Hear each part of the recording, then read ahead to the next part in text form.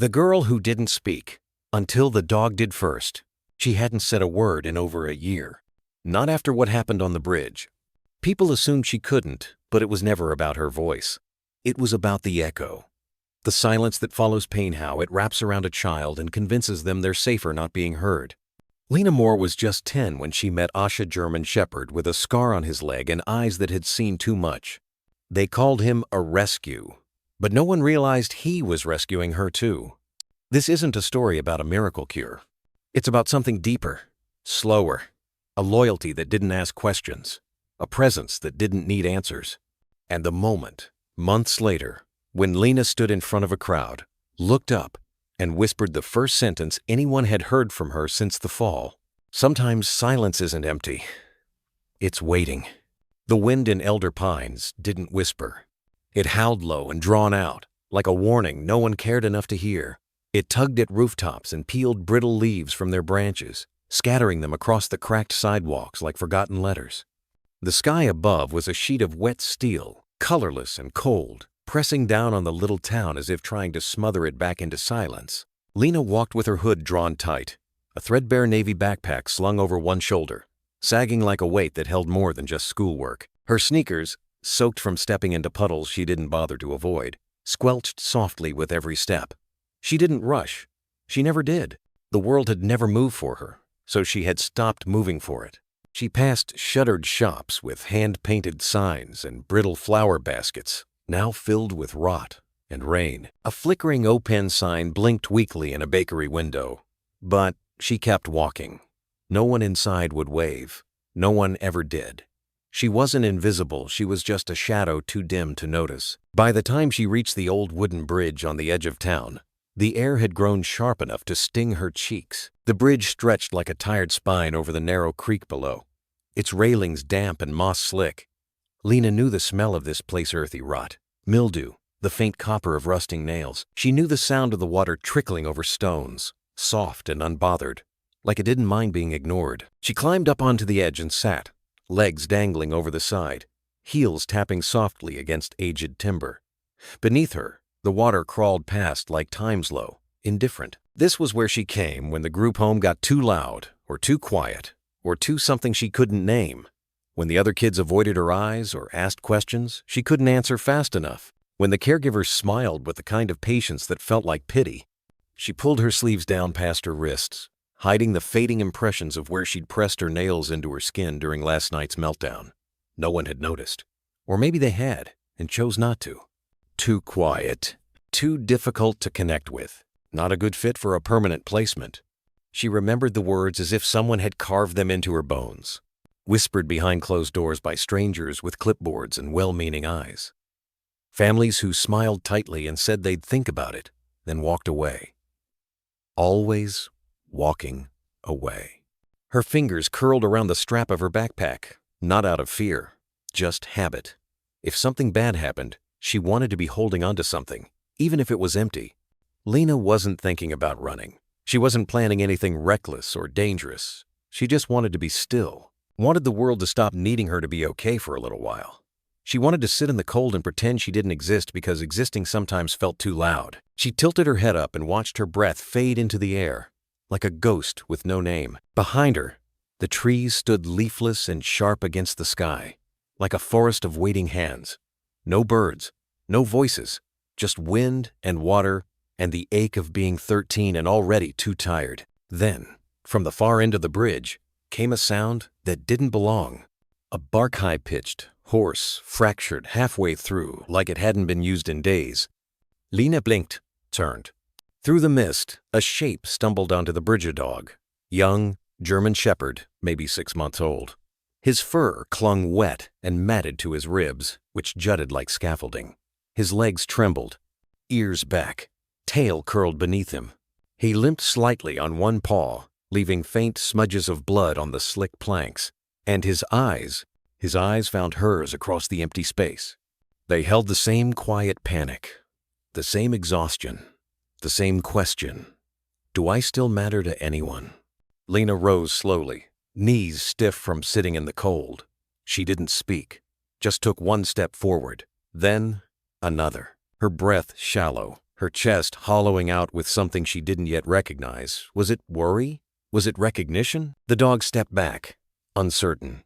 His paws slipped slightly on the slick wood, but he didn't bolt.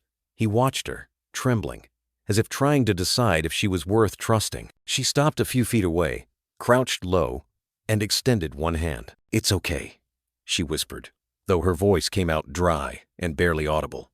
"I won't hurt you." He took half a step forward, and then a sound broke the moment. A car backfiring in the distance. Loud, sudden, violent. The dog yelped and spun, panicked, legs scrambling for grip on the wet wood. His back foot slipped on algae, and before Lena could move, his body twisted on last glance back. Then nothing. He was gone. The silence after the fall was worse than the sound of it. Lena lunged forward to the edge of the bridge, her breath caught in her chest, like something trapped. Her hands gripped the damp railing, knuckles whitening. For one long frozen second, the world held still. No birds, no cars, just wind and that terrifying hush where something used to be. Then, from below, came a yelp. Not loud, not strong, but enough. She leaned over the edge. Down below, where the creek narrowed between mossy rocks, the small shape thrashed in the water legs, flailing, splashing weakly, head barely above the surface. The puppy. His front paw scraped at the bank, failing to find grip. His hind leg didn't seem to move right, bent at an angle that made her stomach lurch. Every time he tried to paddle, he went sideways, almost sinking before the current nudged him into a shallower patch of gravel. He was crying. Not barking, not howling, but crying a helpless, raw sound that sliced through Lena like broken glass. And suddenly, something sharp and hot bloomed in her chest. Something louder than fear. Louder than logic. Something that felt suspiciously like purpose. She threw her bag aside and climbed over the lower rail. The wind clawed at her hoodie. Her foot slipped on wet wood, but she didn't stop. The distance to the creek below wasn't far, but it felt like a leap between two worlds. The world where she stayed invisible, and the one where someone, even something, needed her. Then she jumped. The cold slammed into her like a wall. It wasn't just water, it was shock. Her lungs seized. Her jacket ballooned. Her body hit the stream hard, scraping rock through her jeans. But she pushed forward, teeth chattering, fingers burning.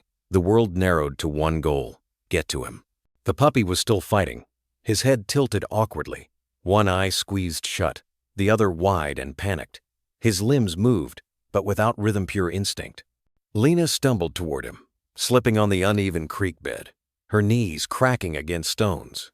Her side screamed in protest from the fall, but she gritted her teeth and kept going. One step, then another, and finally contact. She reached out, grabbed him under the scruff, and cradled his shivering body to her chest. His fur was cold and rough and smelled like wet metal and fear. He didn't resist, didn't squirm. He just pressed into her, small and shaking. Lena knelt there in the water, her legs already going numb, her arms locked around the creature who moments ago had been a shadow in the mist. She rested her forehead against his and closed her eyes. "I've got you," she whispered, though her lips were barely moving. "You're not alone." She didn't know how long they stayed like that. Seconds, minutes, time stretched out, suspended like their breaths in the icy air.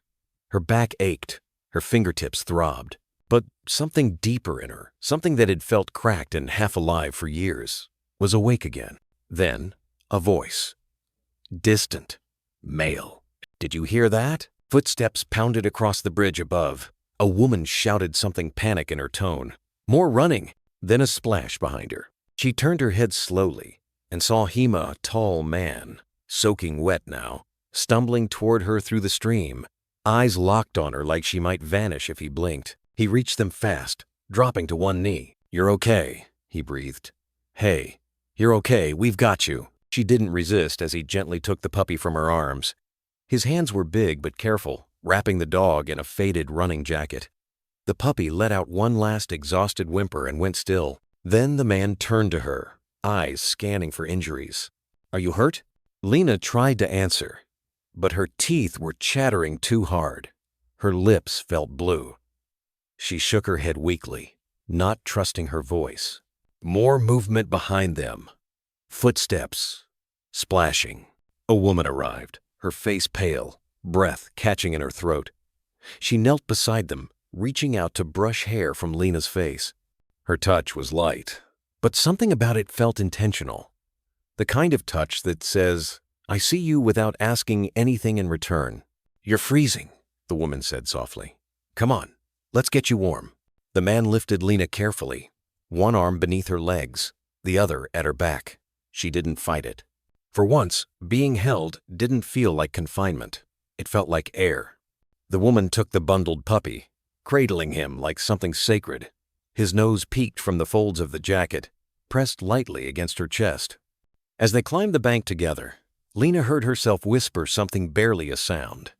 "His name—" The woman looked down at her, puzzled. "His name is Ash." A pause, then a smile. "Gentle. Real. Ash." "Okay," the woman said. "We've got Ash." They made it to the edge of the trail where their car waited. The heat blasted to life as the doors swung open. Lena was wrapped in dry towels. Ash curled in a blanket on the floorboard, his eyes fluttering shut as if he couldn't stay awake a second longer. The woman sat beside Lena in the back seat, never letting go of her hand. "I'm Elise," she said. "And that's my husband, Graham." Lena nodded slowly, resting her head against the seat. Elise didn't ask her name. She waited for it to be given. For now, that was enough. Ash stirred in the blanket, shifting until his nose found Lena's leg. And for the first time in as long as she could remember, someone reached for her without stepping away when they got close. It started with a sound too sharp for that kind of morning. A sudden crack of a car backfiring in the distance sharp, loud, echoing like a gunshot through the fog-drenched stillness of elder pines. The German Shepherd puppy jerked at the noise. Ash's paws scrambled over the slick wooden planks, his body coiled with fear before his mind could even catch up. In the blur of panic, he backed up too fast, legs skidding across the algae-slick edge of the bridge. And then he was gone. It happened too quickly for Lena to think. 1 second, he was their ears, pinned back, eyes wide in that same desperate way she'd seen in the mirror too many times. The next, his back foot slipped off the edge. He yelped once, short and startled, and his small body twisted into the fog. Her breath caught. Everything else went. Sound. Her own heartbeat dropped out. "No," she gasped. There was no pause, no calculation, no moment of hesitation where reason might have stepped in. Lena ran. Her backpack slid from her shoulder and landed with a thud on the wet boards behind her. She reached the edge in 2 bounds, climbed up onto the bottom rail like she'd done 100 times before, but this time she didn't sit. She jumped. The wind tore past her ears like a scream. For a heartbeat, the world stopped moving. Gravity suspended her between past and future. Then it released. The impact was brutal. Freezing water met her body like shattered glass biting, ruthless. Her back slammed into the shallow creek's rocky floor, the pain blinding, immediate. Her mouth opened, but no breath came. Cold flooded her clothes, soaked her skin, tore into her lungs. She kicked upward, surfaced, coughed violently, gasped, but the air didn't help. It was too cold to feel alive. Still, her arms moved. Her eyes searched. "Ash!" she cried, voice cracking. There just ahead, he was flailing in a narrow current, water lapping against his chin as he fought to keep his head above the surface. His small legs churned frantically, but one paw wasn't moving right. He spun in place, caught in a swirl between 2 rocks, barely afloat. Lena forced herself forward. Her limbs felt weighted, stiff from the cold and bruised from the fall. But something deeper than instinct carried her, something that felt like need. The water pulled at her knees. The rocks beneath shifted with every step. She stumbled once, caught herself on trembling hands, and crawled the rest of the way. Closer. Closer. Ash's movements were slowing. His body was going limp. "No, no, no," she whispered. Almost a prayer, almost a plea. Her fingers brushed fur. She lunged and grabbed him, one hand around his chest, the other under his belly. His ribs were sharp under her palms, his heartbeat frantic. He whimpered once, then went quiet in her arms. She pulled him close, held him there, shaking. both of them trembling in the current like leaves. The stream was shallow but cruel. It didn't care that she was a child. It didn't care that he was just a puppy. It kept pushing, cold and insistent, like the rest of the world. But Lena wouldn't let go. She waded backward, holding Ash tight to her chest, his wet fur pressed to her throat. Her jeans clung to her legs like second skin. Her socks were full of grit. Her knees scraped against the gravel, raw and stinging. Still, she moved. She reached the small outcropping beneath the bridge's slope of stone and moss where the water slowed. She collapsed there, panting, curled around Ash like a shield. Her cheek rested on the top of his head. The cold was in her bones now. Her fingers were numb. Her jaw wouldn't stop trembling. But she didn't cry. Not yet. Instead, she looked up at the empty sky above, cloud-choked and gray, and whispered, "It's okay. You're okay now." Her voice barely carried over the water. Then, as if in response, Ash gave the softest sound a whimper that trembled more in breath than in volume. He was alive, and that was enough. For a moment, she forgot she was shivering, forgot she was wet and bleeding and bruised. All she knew was that someone had needed Heron. She had shown up. She pressed her forehead to his fur. "I see you," she whispered, though she wasn't sure if it was for him or herself. A gust of wind swept over the creek and rattled the bridge above, but she didn't look up. Her eyes drifted closed. Then a shout, faint, male. "Hello? Did anyone hear that?" Another voice, female, urgent, rising in pitch. "Over here. I think it came from Graham. Look." Footsteps pounded against the wood above. Lena tried to raise her head, but her body didn't want to listen anymore. Her limbs were sluggish, heavy. Her back throbbed. But she turned her face toward the sound. A figure appeared on the ridge, a man, tall, eyes wide with disbelief. "Oh my God," he breathed. He vaulted down the incline without thinking, slipping and half falling into the creek. Cold water rushed around him, but he kept going, splashing toward her. She watched him in a daze, too tired to be afraid. Then he was kneeling beside her. "I've got you," he said, voice tight. "You're going to be okay." She wanted to believe him, wanted to nod, but the fog was closing in fast. She heard the woman arrive, soft cries, a flurry of motion, fabric pressed to Ash, warm arms reaching around her. And then, darkness. Not cruel, not empty, just quiet.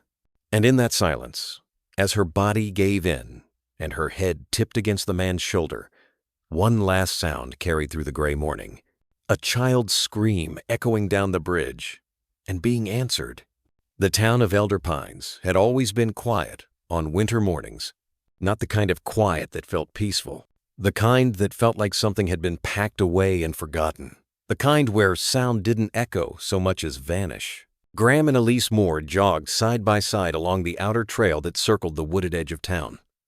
They didn't speak. They rarely did on these runs.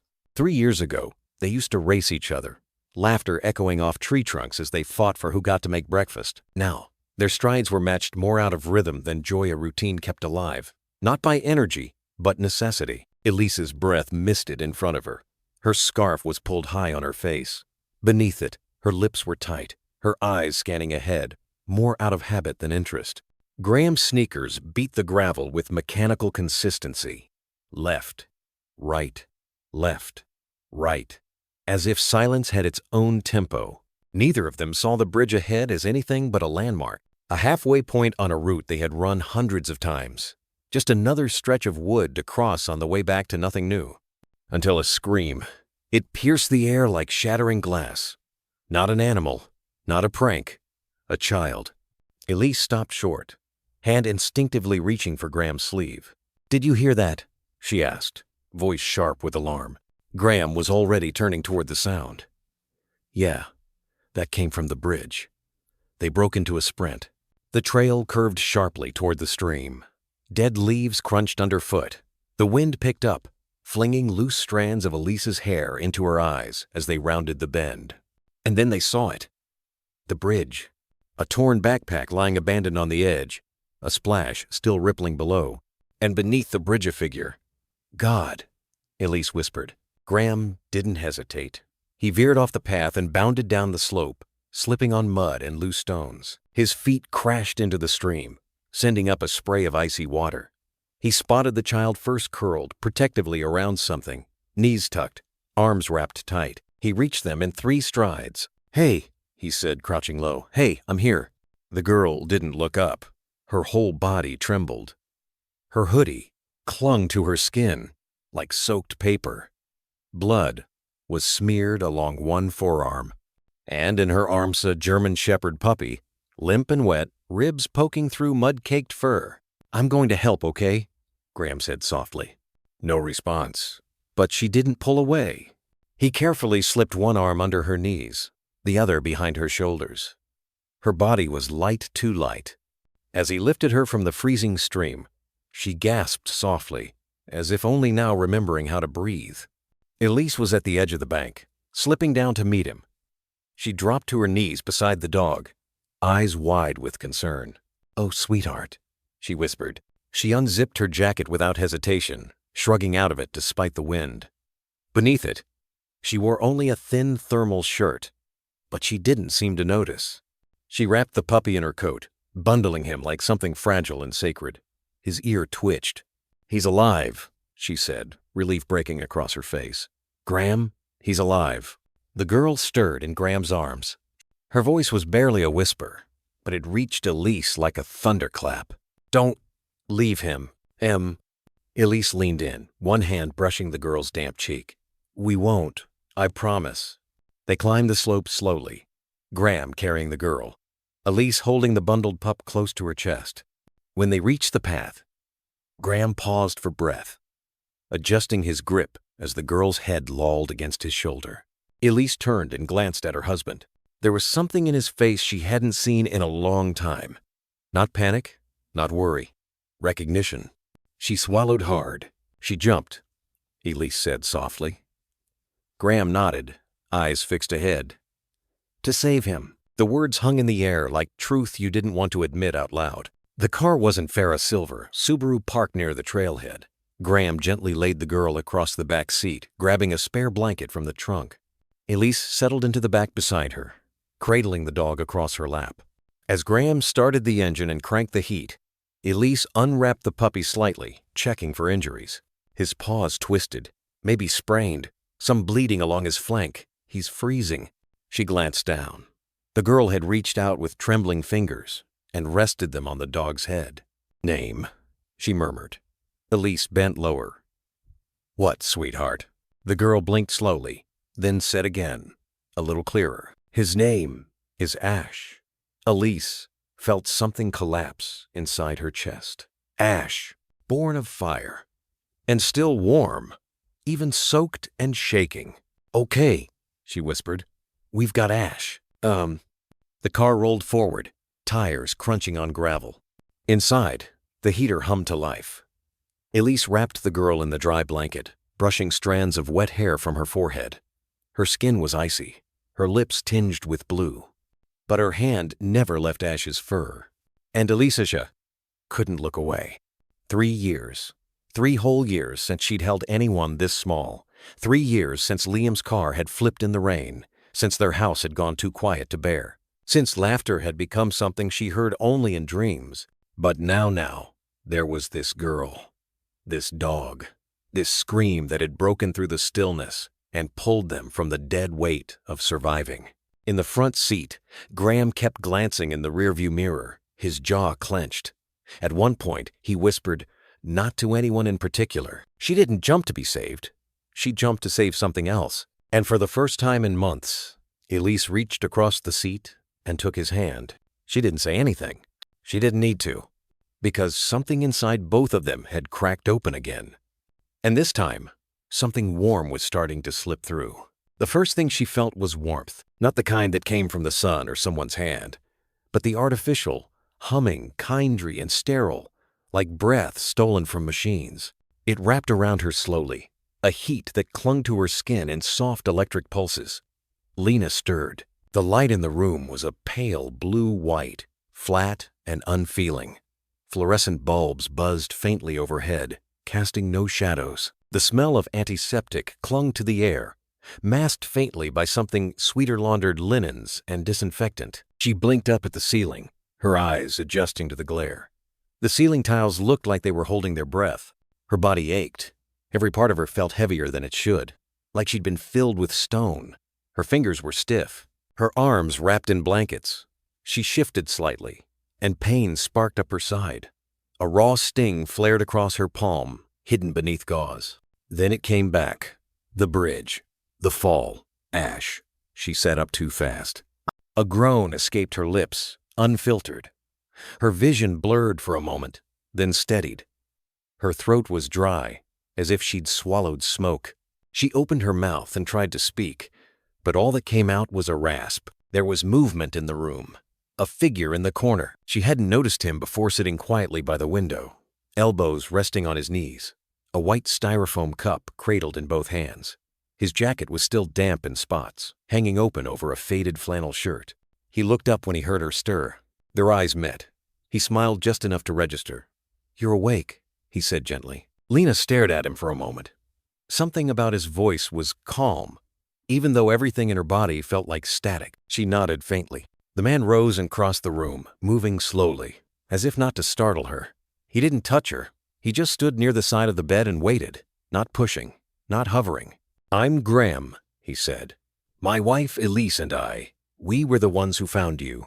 On the bridge." Her lips parted. She swallowed hard.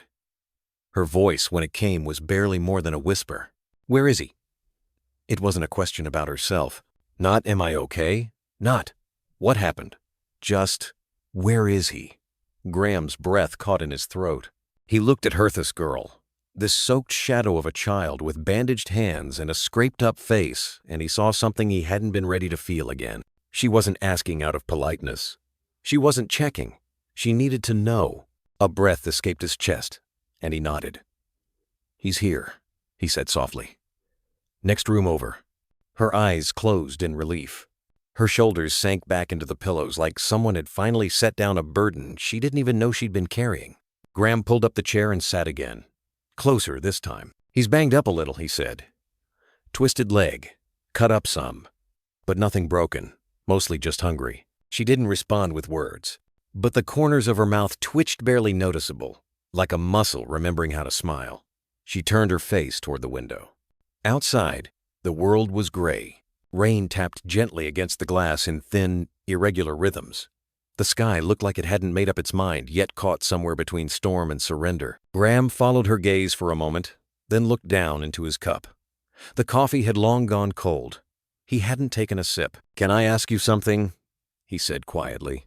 Lena didn't answer, but she didn't look away either. "Why did you jump?" His voice wasn't accusatory. It was just real, steady, honest. She didn't answer right away. She stared out at the rain for a long time, her lips slightly parted, like the answer was caught between fear and air. Then she turned back to him, and in the smallest, trembling voice she said, "Because he had no one." A pause. "And neither did I." Graham's heart clenched. He looked away, not out of dismissal, but because the weight of her words had landed somewhere too raw inside his chest. Images surged uninvited in his mind. Liam's empty bedroom. The box of trophies still untouched in the garage. Elise crying into a pillow, trying not to wake him. The sound of the house so damn quiet for so many months, like even the walls had given up trying. His fingers curled tighter around the cup. There was something shattering in the way she said it, not with drama, but with certainty. Like a fact she had lived with so long, it no longer hurt to say out loud. Just normal. He didn't know what to say back. Words like, "I'm sorry," or "You're not alone anymore," felt hollow, too big or too soon. So he just stayed. Let the silence stretch. Let it breathe. Let it do the thing it sometimes did when words only got in the way. Outside, the rain thickened. The windows fogged at the corners. A nurse peeked in, saw Lena awake, and gave a quick professional nod before disappearing again. Graham looked over at the girl, her eyes drifting closed again, her body slowly relaxing beneath the blanket. He didn't know what would come next. Didn't know if the system would separate her from the dog. Didn't know if she had parents. Didn't even know her name yet. But something had shifted in him. When she had asked, "Where is he?" something old and numb in his chest had cracked. because it reminded him of the last time he saw Liam, how his son had refused to leave the soccer field without finding the family's old golden retriever who had run off during practice. "He wouldn't leave me," Liam had said. "So I won't leave him." And now, here was this girl, jumping into freezing water, not to be saved, but to save. He rose to his feet, quietly, not wanting to wake her again. But just before he reached the door, her voice faint but clear floated across the room. "Thank you," she whispered. He turned. And for the first time in a long, long time, Graham Moore felt something in him begin to thaw. The first thing they noticed was the smell. A blend of bleach and loneliness on, a stringent, lingering reminder that hope here was measured in days without barking, or in bowls left untouched. The overhead lights flickered weakly, casting long, uneven shadows on the drab cement walls. The floor, though scrubbed clean, still bore the ghost of muddy paw prints. Graham held the door open for Elise, who hesitated before stepping inside. She clutched her coat tighter around her, not from the cold, but from something heavier, something that coiled in her chest the moment she saw the row of metal kennels lining the hallway. A volunteer with tired eyes and a clipboard gave them a nod, as if already knowing why they were there. "She's in back," the woman said softly. "With him." They didn't need a name, didn't need directions. They just followed the sound, the soft, uneven whine of a dog too young to understand what walls meant. The kind of sound that didn't ask for anything but presence. When they reached the last row, they found her. Lena sat cross-legged on the concrete floor, her hospital wristband still around her arm. Her forehead pressed gently against the wire mesh of the kennel. Inside, curled into a trembling half-circle, lay Ash. His fur was still matted in places, his side bandaged, his eyes dull but alive. She didn't notice them right away. She was whispering something. Not words, exactly just sounds. Rhythms. A hum of comfort in the kind of tone that had no language, only meaning. The sound you make when you've been afraid too long and finally feel safe enough to let the fear settle. Elise stepped forward, careful not to break the moment. Ash's ears twitched. His head lifted. He looked up at her, but then, immediately, his eyes darted back to Linda's, arcing her expression, as if to ask, "Are we okay? Is she safe?" Lena reached her fingers through the gap in the wire and touched the edge of his muzzle. His eyes fluttered closed at the contact. That's when she turned and saw them. For a moment, Lena didn't speak, didn't smile, just looked. Not like a child asking for something, but like someone trying to measure whether they were about to lose the one thing they'd just barely managed to hold on to. Graham cleared his throat softly. He knelt beside her, close enough to feel the tension in the air, but not so close that she'd flinch. "Shelter said he was brought in last week," he said, keeping his voice low. "Found near a scrapyard on the east side. No microchip, no collar. He's not a stray," Lena whispered. "No," Graham said gently. "I don't think he ever was." Ash shifted again inside the kennel. He pressed his nose to the wire near Lena's hand and whined softly, insistently. Elise hadn't said a word yet. She stood a few feet back, watching her fingers clutching the strap of her purse, her jaw clenched. But it wasn't detachment. It was restraint. She was trying to hold something in. Lena turned her head toward her. They looked at each other just for a moment. Not long, not dramatically, but enough. And in that glance, something was exchanged. Something heavy and silent and terribly human. It wasn't pity. It wasn't charity. It was recognition. Elise stepped forward and slowly lowered herself beside them. Her knees clicked against the cold cement, but she didn't move. Her eyes, a pale green washed with years of grief and waiting, met Lena's again. "What's his name?" she asked quietly. Lena hesitated, then said, with the trembling pride of someone declaring something sacred, "Ash." Elise nodded. Her eyes moved to the dog, then back to the girl. And then finally she spoke again. "Would it be okay," she said softly, "if we let him come home with you?" Lena blinked. Once, twice.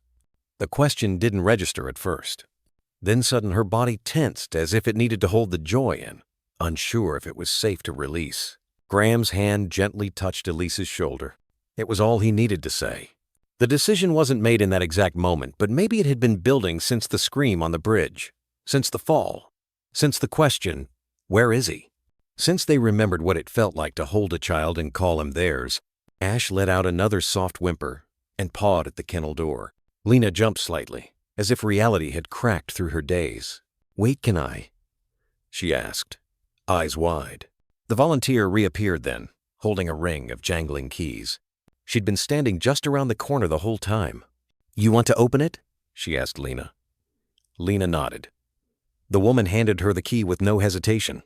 The lock clicked, the door creaked, and then Ash, limping but determined, stumbled out and pressed himself into Lena's lap like he'd been waiting his whole life to find that shape again. She wrapped her arms around him without hesitation. She buried her face into the scruff of his neck. Ash whimpered. She sobbed. And Elise? Elise looked at Graham with glassy eyes, and for the first time in years, she saw not the ghosts of what had been, but the shape of something new, forming, fragile and glowing, in the space that grief had hollowed out. Maybe love didn't return the same way twice, but maybe, just maybe, it returned different, wilder, needier, more urgent. They didn't speak again until they left the building, Ash in Lena's arms, tail wagging weakly, head resting beneath her chin like a child clinging to a promise. The rain had stopped. The sky was still gray, but lighter now, hope-colored. Graham opened the car door, then paused. "You okay back there?" he asked. Lena nodded, whispering something into Ash's fur. Elise turned in her seat and smiled. "She's not alone anymore." "Neither are we," Graham almost said. But he didn't need to. The silence said enough. The car door closed with a soft thud. Ash shifted in Lena's lap as Graham turned off the engine. The house stood ahead of them, modest and brown, with white trim. Its windows glinted in the morning sun, and the porch sagged slightly under the weight of flower pots, long since emptied. A wind chime rattled once, and then fell silent. Lena looked up, eyes tracing the edges of the place. It didn't look like a house full of people. It looked like a house full of waiting. Graham glanced over his shoulder. "You ready?" Lena didn't answer, but Ash gave a faint yip, ears flicking up. His tail thumped once against the seat. That was enough. They stepped onto the porch together. Elise unlocked the door, pushing it open with a practiced hand, revealing a hallway bathed in soft light. Dust floated in golden beams that slanted across honey-colored wooden floors. No words, just light and air, and the distant ticking of a clock. Ash hesitated on the threshold, paws skimming the rug. Then he stepped in slow, deliberate. His claws clicked lightly against the wood, nose twitching, body taut like he was expecting the floor to disappear beneath him. "It's okay, buddy," Graham murmured. "Take your time." The dog crept forward. Lena followed, her small backpack swinging from one shoulder. She paused beside the entry table where a bowl of keys sat untouched, next to a cracked ceramic bird. Elise led them down the hall. "This way. Guest rooms near the back." They passed a dining room that looked like it hadn't hosted a meal in years. The chairs were still perfectly aligned, but the table runner had faded in the center where the sun always hit it at noon. A photograph hung askew on the far wall, two adults with a laughing boy perched on his father's shoulders. The smile looked like it belonged to someone who didn't expect it to vanish. Lena didn't ask, but she saw. They reached a small room with soft green walls and a quilt folded neatly at the foot of the bed. A bookshelf stood in the corner, half filled. A small lamp waited beside a dusty window. "You can stay here as long as you like," Elise said, voice gentle but not fragile. The bathroom's across the hall. Lena stood in the center of the room, backpack still on. Ash made a circle, sniffed the corners, then sat beside the bed, tail curled tight. His ears twitched at the hum of distant traffic, but he stayed close. It was then Graham noticed something. The silence wasn't tense. It was thick. The kind of silence that fills a place when too many things are left unsaid for too long. But it wasn't cold, just unresolved, like a chord not yet struck. He cleared his throat. "I'll make some tea." Elise nodded. And then they were alone. Lena knelt beside Ash, pressing her forehead against his like she had in the shelter. He let out a low breath, his body finally relaxing as he tucked himself fully against her. She looked around. There was no peeling paint, no shouting down the hall, no locks on the outside of doors. Just the gentle creak of the house settling into the morning. Outside the window, A tree swayed. Somewhere nearby, a bird called once, and then went quiet again. Lena lay back on the bed, one hand resting on Ash's fur. He looked up at her with the kind of eyes that remembered too much, even for a pup. His chest rose and fell with the steady rhythm of belonging. Down the hall, Elise stood in the kitchen, staring at two mismatched mugs on the counter. She reached for one, then stopped. Graham appeared behind her, watching her pause. "She reminds me of him," Elise said softly. "Not how she looks, but the way she walks into a room like she's trying not to disturb it." Graham leaned against the doorframe, arms folded. "Liam used to do that when he was scared," she added. "Tiptoe, like his presence needed permission." He didn't answer, not because he disagreed, but because it hurt how true it was. They stood in the kitchen, surrounded by the artifacts of a life paused mid-sentence shoes, still in the mudroom, a growth chart on the wall that stopped at 10 years old, unopened boxes in the attic no one could bring themselves to touch. A low bark echoed down the hallway. Graham turned. "Guess someone's getting comfortable." Elise almost smiled. "Good." Back in the guest room, Lena had curled sideways on the bed, her knees tucked under her, Ash pressed close. She traced a finger down his snout. "You ever been here before?" she whispered. Ash blinked slowly. "Me neither." She closed her eyes, just for a moment, as the weight of a sleepless night began to settle, the ache in her arms from the fall, the hum of hospital lights still buzzing behind her eyes. But the silence here was different. Not clinical, not sterile. It had memory. It had warmth, even if it came in patches. Ash whimpered once, and Lena responded with a slow exhale. She reached down, lacing her fingers into the tufts of his chest fur, grounding herself. Outside the guest room, Elise opened a closet, pulled down a faded blanket, one her son used to carry to the couch for movie nights. She hesitated at the door, then stepped inside and draped it across Lena's feet without waking her. Ash looked up at her, not with fear, but with something closer to recognition. Elise knelt. He didn't move away. She let her hand hover over his head. "Thank you," she whispered. He blinked, licked his lips, then settled again beside the girl. Elise stood. And for the first time in years, the house of quiet felt a little less hollow, a little more alive. The house was quiet, the kind of quiet that breathes just beneath slept tick of an old wall clock, hush of wind brushing the window pane. The moon poured a soft halo through gauzy curtains, casting silver on the walls, on the quilt, on the soft rise and fall of Ash's ribs. Lena's eyes snapped open. At first, she didn't know where she was. For a brief second, the ceiling blurred into a different one-cracked plaster, bare bulbs swinging. Then came the hum, that low, invisible current of something wrong. She sat up with a start. Breath caught sharp in her throat. Her fingers clutched the edge of the blanket like it might tether her to now. The room was too still, too clean. Her chest began to rise and fall, faster air catching in her throat, memory pressing in like a hand. The dreams always came like that, not with monsters, with sound. A drip, a door, the slap of footsteps down a hall, the smell of bleach, the taste of fear on the back of her tongue. And that moment, the moment before the scream always came, was the moment that broke her wide open. She curled in on herself, knees to chest, fingers in her hair, trying to ride it out. Then, a soft sound. Not loud, just real.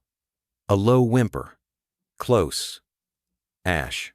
He had shifted off the rug beside the bed and now stood, paws planted firm, head tilted. His ears twitched as he studied her, chest glowing pale in the moonlight. He didn't bark, didn't leap. He just walked closer, one paw at a time, until his nose brushed her hand. And when she didn't flinch, he pressed the side of his body against hers. Solid, warm, steady. She inhaled like it was the first full breath she'd taken all night. Her fingers curled in his fur. Ash laid down beside her, but didn't leave contact this front leg against her shin, his chin resting near her hip, as if to say, "I'm here." A shudder ran through her body. Not cold, not fear. The kind of shudder that comes when something inside begins to loosen like a window cracked after too many years sealed shut. Her hand moved slowly across the fur of his back. fingertips tracing the lines of a spine too visible for a puppy his age. He'd been left too. Forgotten. Unwanted. Scared. They shared that language. No words required. Lena leaned down, pressing her forehead to the back of his neck. Ash didn't move, just gave a single, contented sigh. And then she whispered, "I'm not alone." The words left her lips like a confession. Hoarse, shaky, but alive. Ash's tail moved once, thumping softly against the bed. It was the first thing she'd said out loud since the bridge, since the water, since the silence began to wrap itself around her like a second skin. She laid back down, pulling the blanket over both of them, an awkward tangle of limbs and tail, but neither of them cared. Ash shifted closer, curling in. Lena tucked her fingers beneath his collar, not to restrain him, to know he was still there. She stared at the ceiling again. But now, it wasn't foreign. Now it wasn't haunted. Now, it just was. The clock ticked on. Somewhere down the hall, a pipe groaned gently as the house adjusted to the night. In the kitchen, a nightlight blinked on and off, faulty but persistent. But in the room there was stillness, the kind of stillness that heals, not hides. Ash's breathing slowed, matching hers. One rhythm, one room, one kind of safety they hadn't known in a very long time. She didn't sleep right away. That would take time. But for the first time in longer than she could remember, she rested. And somewhere in the house, beneath wooden beams that had heard more grief than laughter, something shifted. Not loudly, not suddenly, but enough. Enough for tomorrow to begin thinking about arriving. It began with eggshells. Not the kind that crack beneath your feet, but the kind that gather in a compost bowl on the counter. Elise Moore had spent years living inside them careful words, gentle corrections, the perpetual ache of spaces unfilled. But this morning, something was different. The back door creaked open on hinges long overdue for oil. Sunlight spilled into the kitchen like warm syrup, coating the tiles, the cabinets, the rim of Elise's coffee mug. Beyond the glass, the backyard stirred with quiet life. Lena knelt near the far side of the garden beds, where violets and creeping thyme edged the brick path. Her long sleeves pushed up to her elbows, hands busy with a chipped blue bowl. In it, bits of turkey and soaked Kiblea patchwork, breakfast cobbled together from love and guessing. Ash circled her in small loops. His fur had begun to soften beneath daily brushing, but patches still clumped near his ribs. He was all angles and nerves, yet today something was looser in him. More puppy than ghost. Elise pressed her palm to the glass door, afraid to interrupt whatever thread of calm had spun itself between girl and dog. Lena extended the bowl gently, placing it on the mossy paver beside her knee. Ash inched forward, tail tucked but wagging. He sniffed once, twice. Then he dove in, muzzle disappearing into the bowl with frantic relief. Lena didn't flinch. She smiled just barely. A soft curve of her lips, more shadow than sound, but real. Elise's hand fluttered to her mouth. She wasn't sure if she was holding in a gasp or a prayer. From the far corner of the yard, hidden just behind the lilac tree, Graham sat on the weathered porch steps, knees drawn up, sketchpad in hand. His pencil moved slowly, eyes tracking the scene before him like it might vanish if he blinked too hard. It was something he hadn't drawn in a long, long time. Life. Not memory, not grief, not his son's old shoes under the bench. But now, Lena reached out as Ash licked the bowl clean. He startled slightly but didn't bolt. Instead, he nuzzled her wrist, tongue darting out to swipe the spot where turkey juice had dripped. And then, a sound. Soft, surprising, delicate as wind chimes in June. Lena laughed. Not a burst, not a bellyful, just a little hiccup of joy that spilled out before she could catch it. Graham froze, pencil hovering midair. Elise heard it too from the kitchen, heard it in a way that felt impossible, like hearing your name in a dream. She turned from the window and leaned on the counter and cried, quietly. Not from pain. Not this time. From something she'd forgotten, she could still feel hope. In the backyard, Ash now lay in the sun, full belly rising and falling as he dozed. Lena sat beside him, fingers grazing the wild grass at the edge of the garden. There was dirt under her nails. A smudge on her cheek. Her shoulders, usually pulled tight as a bowstring, had fallen just a little lower. Graham added the curve of her back to the sketch. He hadn't drawn like this in years, not since he swallowed, blinking at the page. Next to Lena, he added the soft shape of Ash's ears.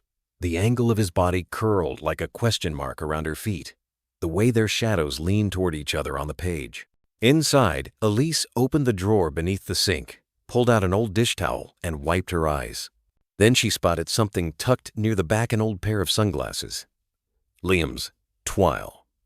The ones he used to wear when they gardened together, pretending to be a spy or a movie star. She picked them up, thumb brushing the bridge, still smudged with a faint fingerprint. She smiled, carried them to the back door. When she stepped outside, Lena looked up, not startled, just curious. "I used to know someone who couldn't stand the sun either," Elise said gently, holding the glasses out. "He said bright days were loud." Lena hesitated, then reached up and took them, slid them on, and nodded. Elise knelt down, ran a hand through Ash's fur, feeling his warmth, his steady breath. "He's healing fast," she said, more to herself than anyone. Lena didn't answer. She didn't need to. The glasses too big for her narrow face's lid down her nose. She pushed them back up with the side of her finger. Somewhere inside the house, the doorbell rang, but no one moved to answer it. The world could wait. For now, in the garden, under the soft bloom of spring, something was blooming again, something more important than words. The smell of bacon drifted down the hallway like a whispered invitation. Lena stood just outside the kitchen, socked feet on the edge of the wood floor, one hand pressed lightly to the wall. She wasn't sure if it was hesitation or habit, this quiet hovering. But the smell was warm and unfamiliar in a comforting way, like someone else's childhood. Ash padded past her, nails clicking softly against the floor, tail doing a lazy half sway. He didn't wait for permission, just curled up beside the table like he belonged there. Maybe he did. Graham sat at the table with a sketch pad open beside his coffee, pencil moving in slow, absent-minded loops. Elise stood at the stove, humming quietly to herself, the way some people did when they weren't thinking. Or maybe when they were thinking too much. A plate clinked. Lena flinched. Elise turned, not startled, just patient. "Morning, sweet pea," she said gently, the way you'd speak to something that had been hurt before and might break again. "I made the sandwiches a little smaller today. Thought that might be easier."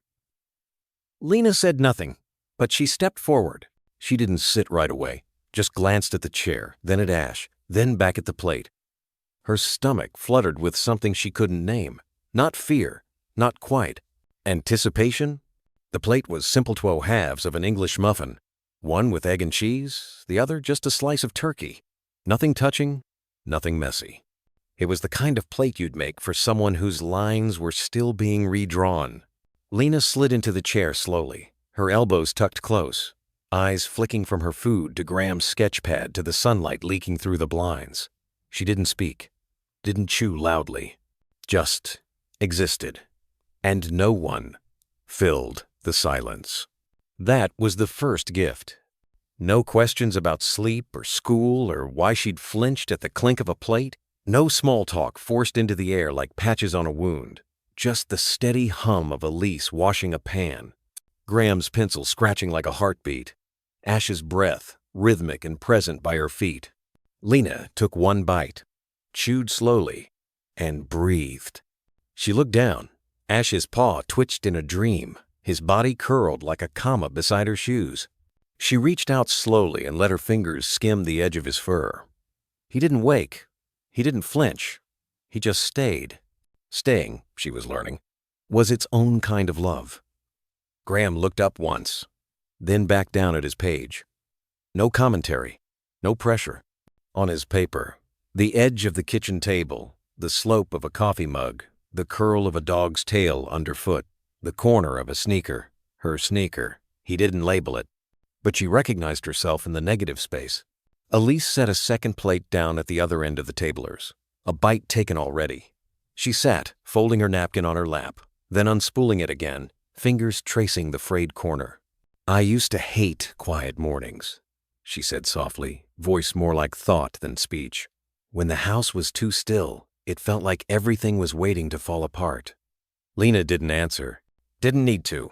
But lately, Elise continued, picking at her sandwich, it feels like maybe the stillness isn't broken, just pausing. Ash gave a low sigh. Lena took another bite. They ate like that for a while, slow, loose moments strung together with silence. Then Graham stood, slid his chair back with a soft scrape. He held the sketchpad up to the window light for a second, studying it, then gently tore the page free. He placed it beside Lena's plate. Didn't say anything. Just gave her a small no diff you want it and walked out of the room, coffee cup in hand. Lena stared at the sketch. Not at herself. Not directly, but at the space she occupied. The space someone else had seen and honored. And something in her chest shifted. Not pain. Not joy. Something older. Like a door unlocking from the inside. Later that morning, as Elise cleaned the table and Lena stacked her plate in the sink without being asked, Ash stood up and stretched spine arching like a cat's. Lena turned to Elise, voice barely above a breath. "Can we go outside after?" It was the first sentence she'd spoken since the garden laugh. Elise didn't blink. Of course. And that was the second gift. Not reacting too much. Not praising or crowding or clapping like she'd just won something. Just answering. Like it was normal. Like Lena's words were part of the air. After Lena left the kitchen, Elise stood very still at the sink, letting the dishwater cool around her hands. She looked at the drawing Graham had left behind on the table and smiled. The girl at the table was small, but not invisible, and the line that connected her to the sleeping dog below her chair was drawn in a single, unbroken stroke. The school smelled like old pencil shavings and floor wax. Lena stood just inside the entryway, her backpack too small for her shoulders, her hands tucked into her sleeves. Children's laughter echoed somewhere down the hall, sharp and unpredictable like balloons popping in another room. She flinched, barely, but Elise's hand rested gently on her back, not to push, only to remind her she wasn't alone. Ash sat outside the double doors, his ears forward, alert, tail thumping once against the concrete. He wasn't allowed in, not past the lobby, but he didn't try to follow. He just waited, like it was his job. Maybe it was. Miss Keating met them near the front office. Late 40s, soft cardigan, lanyard jangling with a dozen keys and a laminated badge. Her eyes were kind, in a way that didn't press. She crouched to Lena's level, didn't ask for a hug, didn't reach for a handshake. "Hi, Lena," she said. "I'm Miss Keating. I've got a quiet space where we can sit. You don't have to talk. You don't even have to stay long today, okay?" Lena didn't nod, but she didn't run, either. That was enough. The classroom wasn't like the others. It had beanbags in the corner, blank walls, low light, the hum of a tiny air purifier. In the back, steady and white, and a glass jar. It sat on the table like a centerpiece, clear, simple, half full of colored marbles. Next to it, a shallow tray of smooth ones in every hue. Sea glass green, stormy gray, deep purple, sun yellow. Lena's eyes found it right away. Miss Keating followed her gaze. "That's our emotion jar," she said, voice soft. "You don't have to explain what you feel. Just pick a marble and drop it in, one a day. Or more, if you need." She gestured to the tray. "Each color means something different, but it's okay if the meanings change for you. Sometimes gray means tired. Sometimes it means sad. Sometimes it just means gray." Lena's fingers hovered over the tray. She picked a red one, let it fall into the jar with a soft clink. No one clapped. No one praised. But Miss Keating gave the tiniest smile. "Red's a strong feeling. Brave choice." That was all. That was the first day. Every afternoon, Ash waited. Always in the same spot, just beyond the school's side gate, under the shade of the old sycamore. The other kids didn't come near him at first. It was too large, too quiet.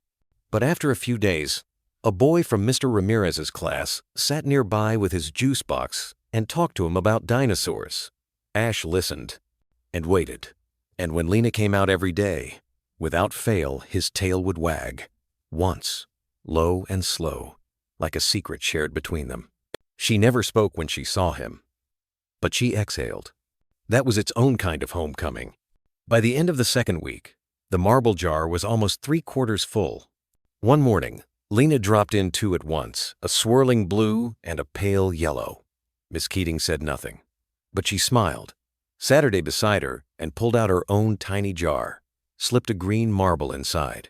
"For patience," she said, "and quiet courage." Sometimes Lena drew in her notebook instead of listening. Sometimes she sat with headphones over her ears, not playing music, just holding the world at a distance. Miss Keating never made her stop. Some days were easier, some weren't, but always, the jar grew heavier, and that meant something was being held. One Thursday afternoon, rain darkened the sky, the kind of steady drizzle that painted the sidewalks in mirrors and soaked through jacket sleeves. Lena stood at the edge of the school steps, eyes searching. Ash wasn't there. The space beneath the sycamore was empty.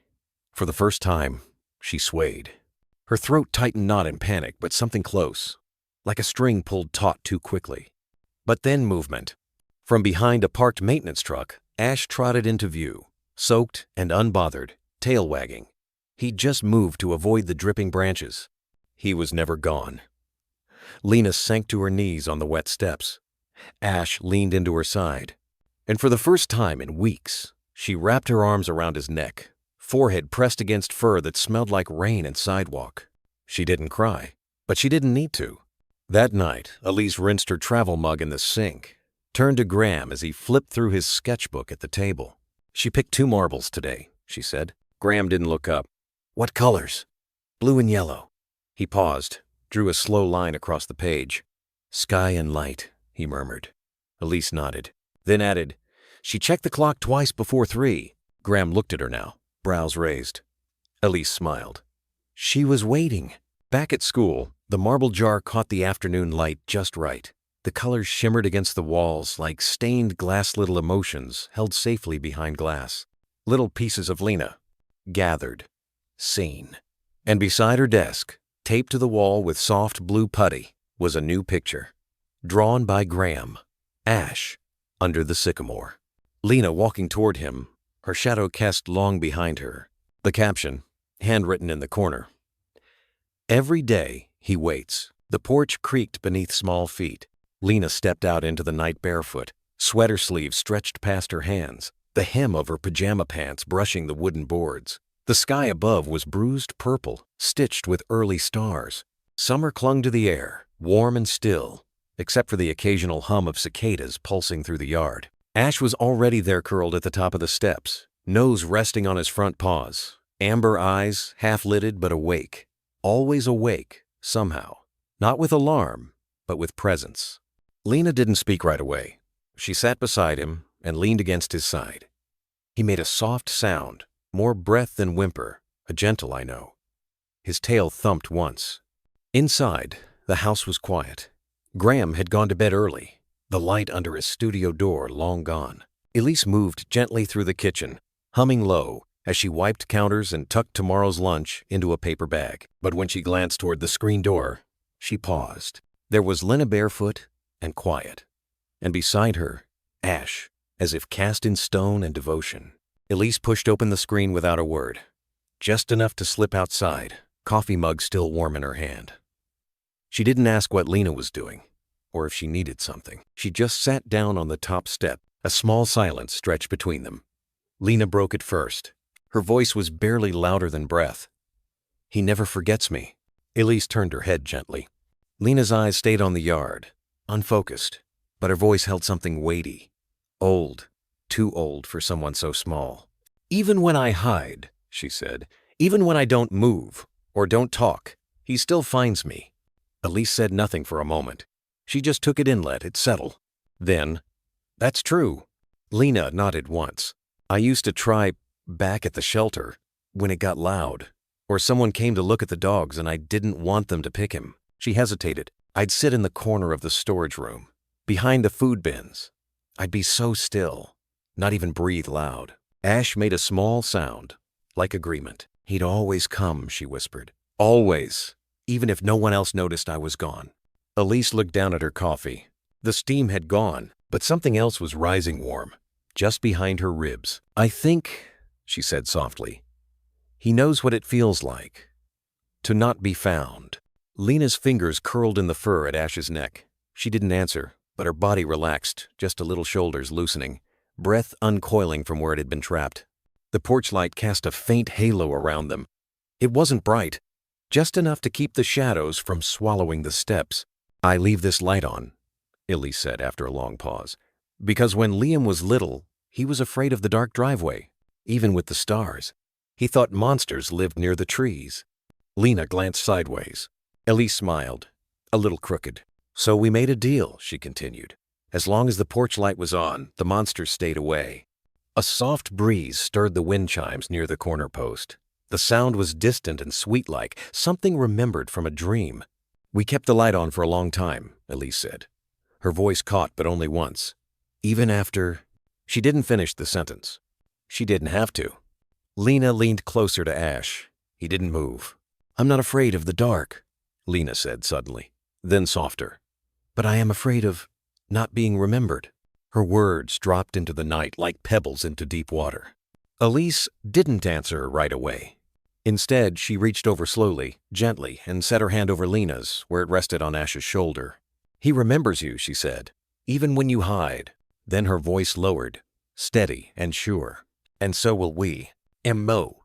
Lena blinked a few times, then turned to look at Elise, really look, as if searching her eyes for cracks, for the fine print that usually comes with grown-up promises. But Elise didn't look away. "We see you," she said, "even when you can't talk, even when your face doesn't show it, even if one day you need to go silent again or small again or still, you're still ours."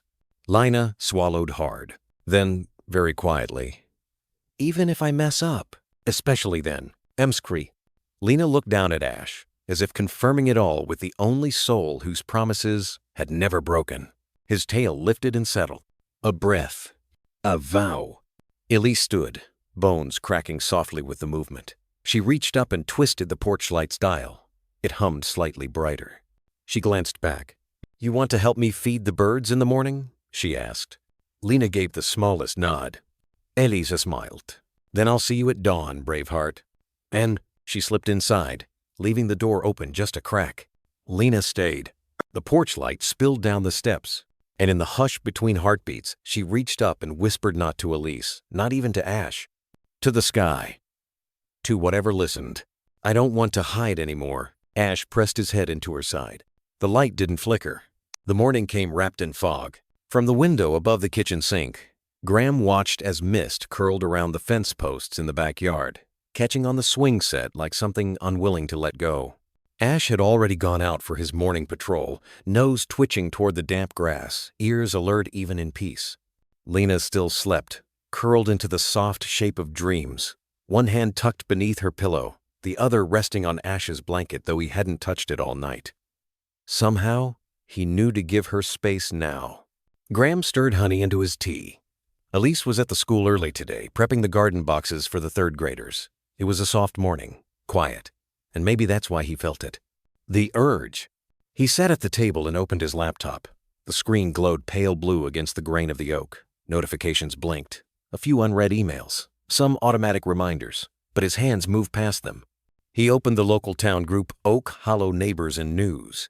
He hadn't posted in months. At first, his fingers hovered. What did one say? How did one speak gently, but clearly? How do you honor a moment that changed everything, without turning it into a spectacle? He clicked New Post. The cursor blinked. Then he reached over to his camera. It was still sitting on the windowsill where he left it yesterday. He'd taken only one picture at the bridge without thinking, without posing. He'd caught it in instinct, not intention. It was Lena.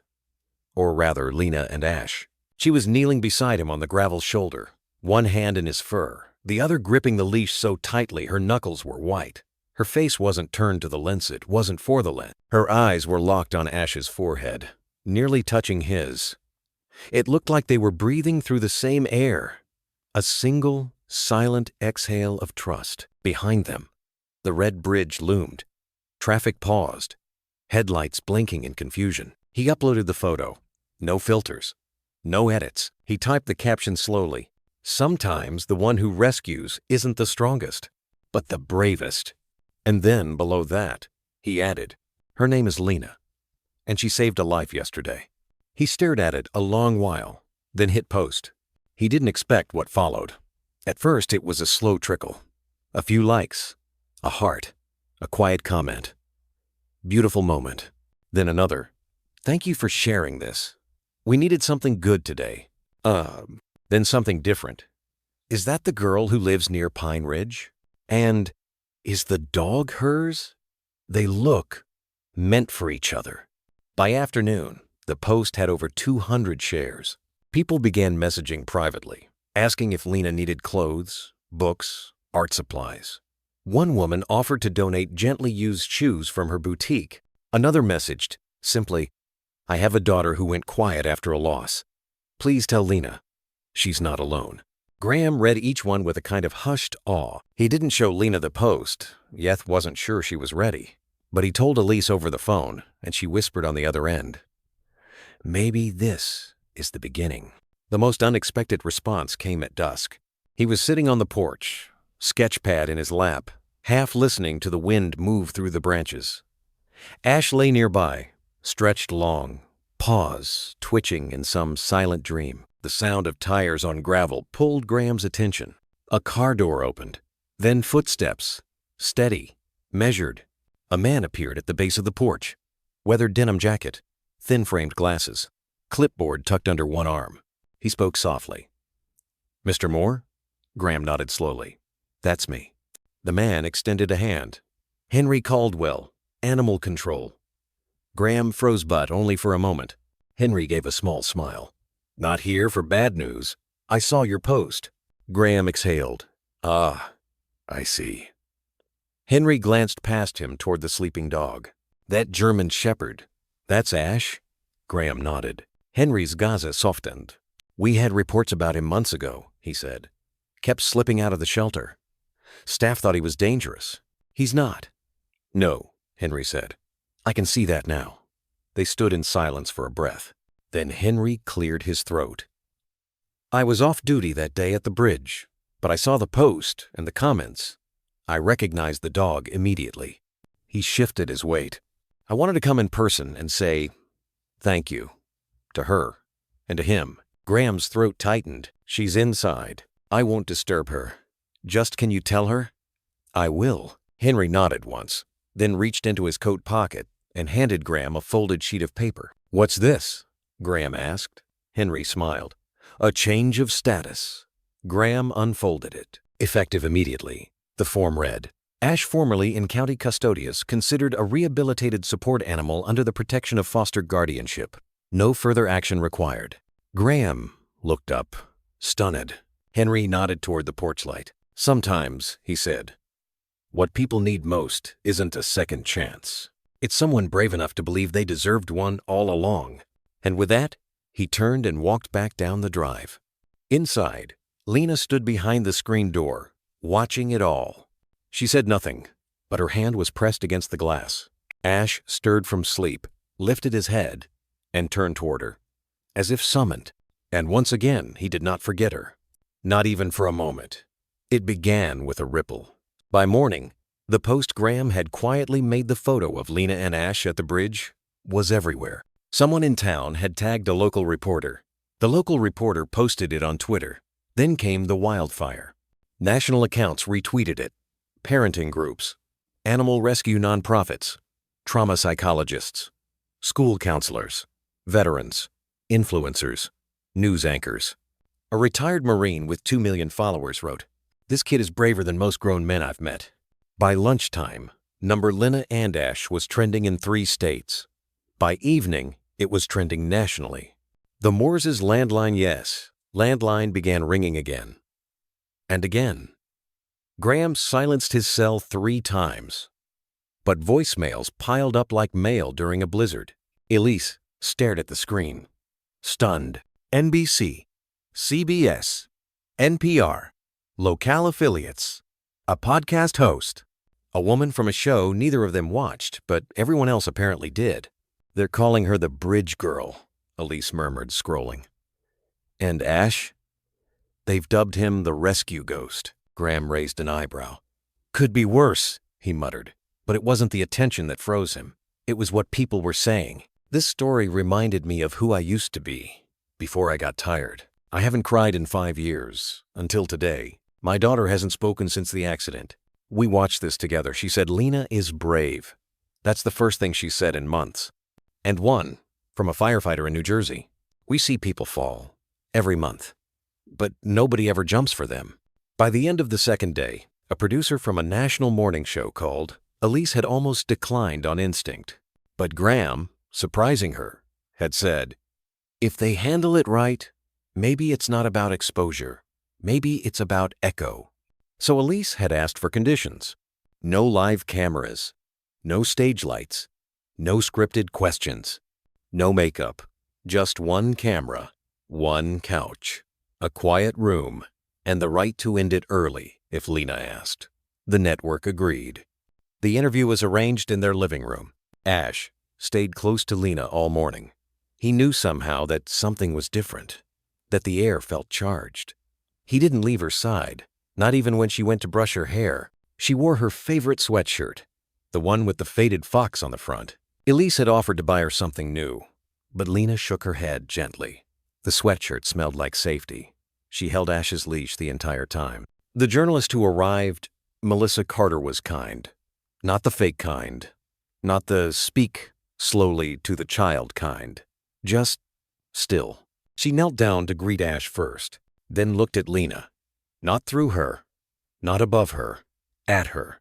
"I won't ask you anything you don't want to answer," she said, placing her microphone down gently, like it might startle the floorboards. Lena said nothing, just nodded. Melissa sat across from her, crossed her legs, and asked the first question out into the mic, but like it was just for her. "What made you jump?" The room held its breath. Lena stared at her lap. Her fingers twisted the leash tighter. Ash pressed his snout into her leg, and something in her chest loosened. Her voice came soft. "Untrained, but whole." "I didn't jump to be seen," she said. A pause. She looked up, eyes steady. "I jumped so he wouldn't die alone."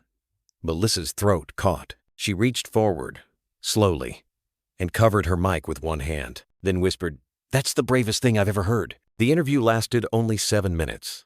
Melissa never pushed, never asked for a tear, never prodded for the trauma or what happened before. She didn't need it, because the truth was already loud enough. When the interview aired the next morning, it wasn't flashy.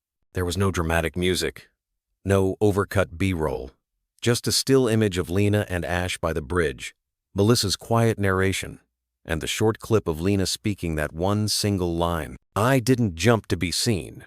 I jumped so he wouldn't die alone." The nation heard it, and this time, it listened. By nightfall, the Moore's mailbox was filled with handwritten letters. One from a teacher who kept a photo of her late student in her drawer. One from a man who once stood on a bridge rail but climbed down when someone offered him coffee without asking why. One from a little boy who drew a crayon picture of Ash with a cape. Elise read some of them in the kitchen, tears sliding silently down her cheek as water boiled behind her. She didn't interrupt Lena's silence with the noise of it. Lena was on the porch with Graham and Ash, watching the stars peek through the dusk. She was curled against Graham's side, her cheek barely brushing his sleeve. He didn't speak, just let her lean. That was the thing she'd begun to learn. That healing didn't come with speeches or solutions. Sometimes it came with quiet, with being seen but not asked, with being held but not pulled. And sometimes it came with a nation realizing that the bravest people aren't always loud. Sometimes they're 12 years old, holding the leash of a ghost-colored dog, whispering truth into a storm. It started with a letter printed on heavy cream paper, tucked gently into the Moore's mailbox beneath a stack of well-meaning cards and glittery crayon drawings. The return address was embossed. Riverlight Youth Network. Elise opened it at the kitchen counter, still smelling faintly of toast and chamomile from breakfast. Her fingers moved carefully across each line, like the words themselves were something fragile, not to be rushed. "Dear Miss Moore, we recently saw the segment about your daughter and her dog, Ash. We were moved not only by the courage of her actions, but by the quiet strength in her silence. If and when Lena is ready, we would love to offer her a space among our courage circles. These gatherings are made of youth who have experienced hardship, loss, or trauma, and are learning to tell their stories on their own terms. No pressure, no deadlines, just an invitation. With warmth, Mara Jennings, Program Director. At the bottom of the letter was a hand-drawn heart, colored in green crayon. Someone, likely a child, had written, "Ash is a real hero."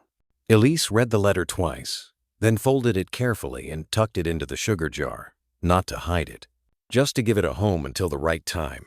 The very next day, another email came. This time from a woman named Helen Riggs, Certified Therapy Dog Evaluator. She had seen the bridge photo. She had seen the clip of Ash waiting beside Lena, silent but unmistakably present. And she had seen enough. "If you're open," the message read, "I'd like to offer Ash a free temperament and certification evaluation. What he did on that bridge wasn't just instinct. It was bond, composure, empathy. I've trained therapy dogs for 25 years. I know the difference." She included a time, a park nearby, and a note. "No pressure. Bring Lena. Or don't. Bring Ash. Or don't. Just know the door is open." The next morning was fog-kissed and gentle. The kind of morning where breath came out in visible clouds and birds sang quieter, as if not to disturb something delicate. Lena had seen the letter. Elise didn't hand it to her. Just left it on the windowsill, right above where Ash liked to rest his nose when he watched squirrels. Lena read it once, lips pressed into a thin, thoughtful line. She didn't say anything. But later, when Elise came out to check the laundry on the porch, she saw her daughter brushing Ash's coat with the little blue glove they'd bought on a whim months ago. And then Lena turned, voice barely a whisper, but certain. "We can go." Hell. They met Helen at the edge of a quiet trail just past the middle school. She was older than Elise expected 60. Maybe more, but her eyes were quick, and she knelt with the kind of reverence usually reserved for chapels. Ash greeted her with a single tail thump. No barking, no jumping. Just presence. "That's already a sign." Helen smiled, not looking away. "He reads people." The evaluation wasn't like a test, more like a conversation. No words, just gestures, movements, a dropped object, a sudden loud clap, a yoga brushing boo. Ash didn't flinch. He stayed near Lena the whole time, like a quiet moon orbiting a small, steady planet. Helen nodded slowly, jotted something down, then turned to Lena. "You know," she said gently, "I've met dozens of therapy dogs. But Ash, he's something else." Lena looked at her, eyes wide. Helen tilted her head. "He stays calm because you do. That's not training. That's trust." Lena didn't respond with words, but she reached down and brushed Ash's ear soft, small, and for the first time in weeks, she smiled with her teeth. Later that night after dinner, Elise pulled out the Riverlight letter again. This time, she placed it on the table beside the marble jar from school, where Lena had placed 6 marbles that week. 3 green for okay days, 1 blue for a calm day, and 2 yellow for unsure. Elise didn't read the letter aloud. She didn't push.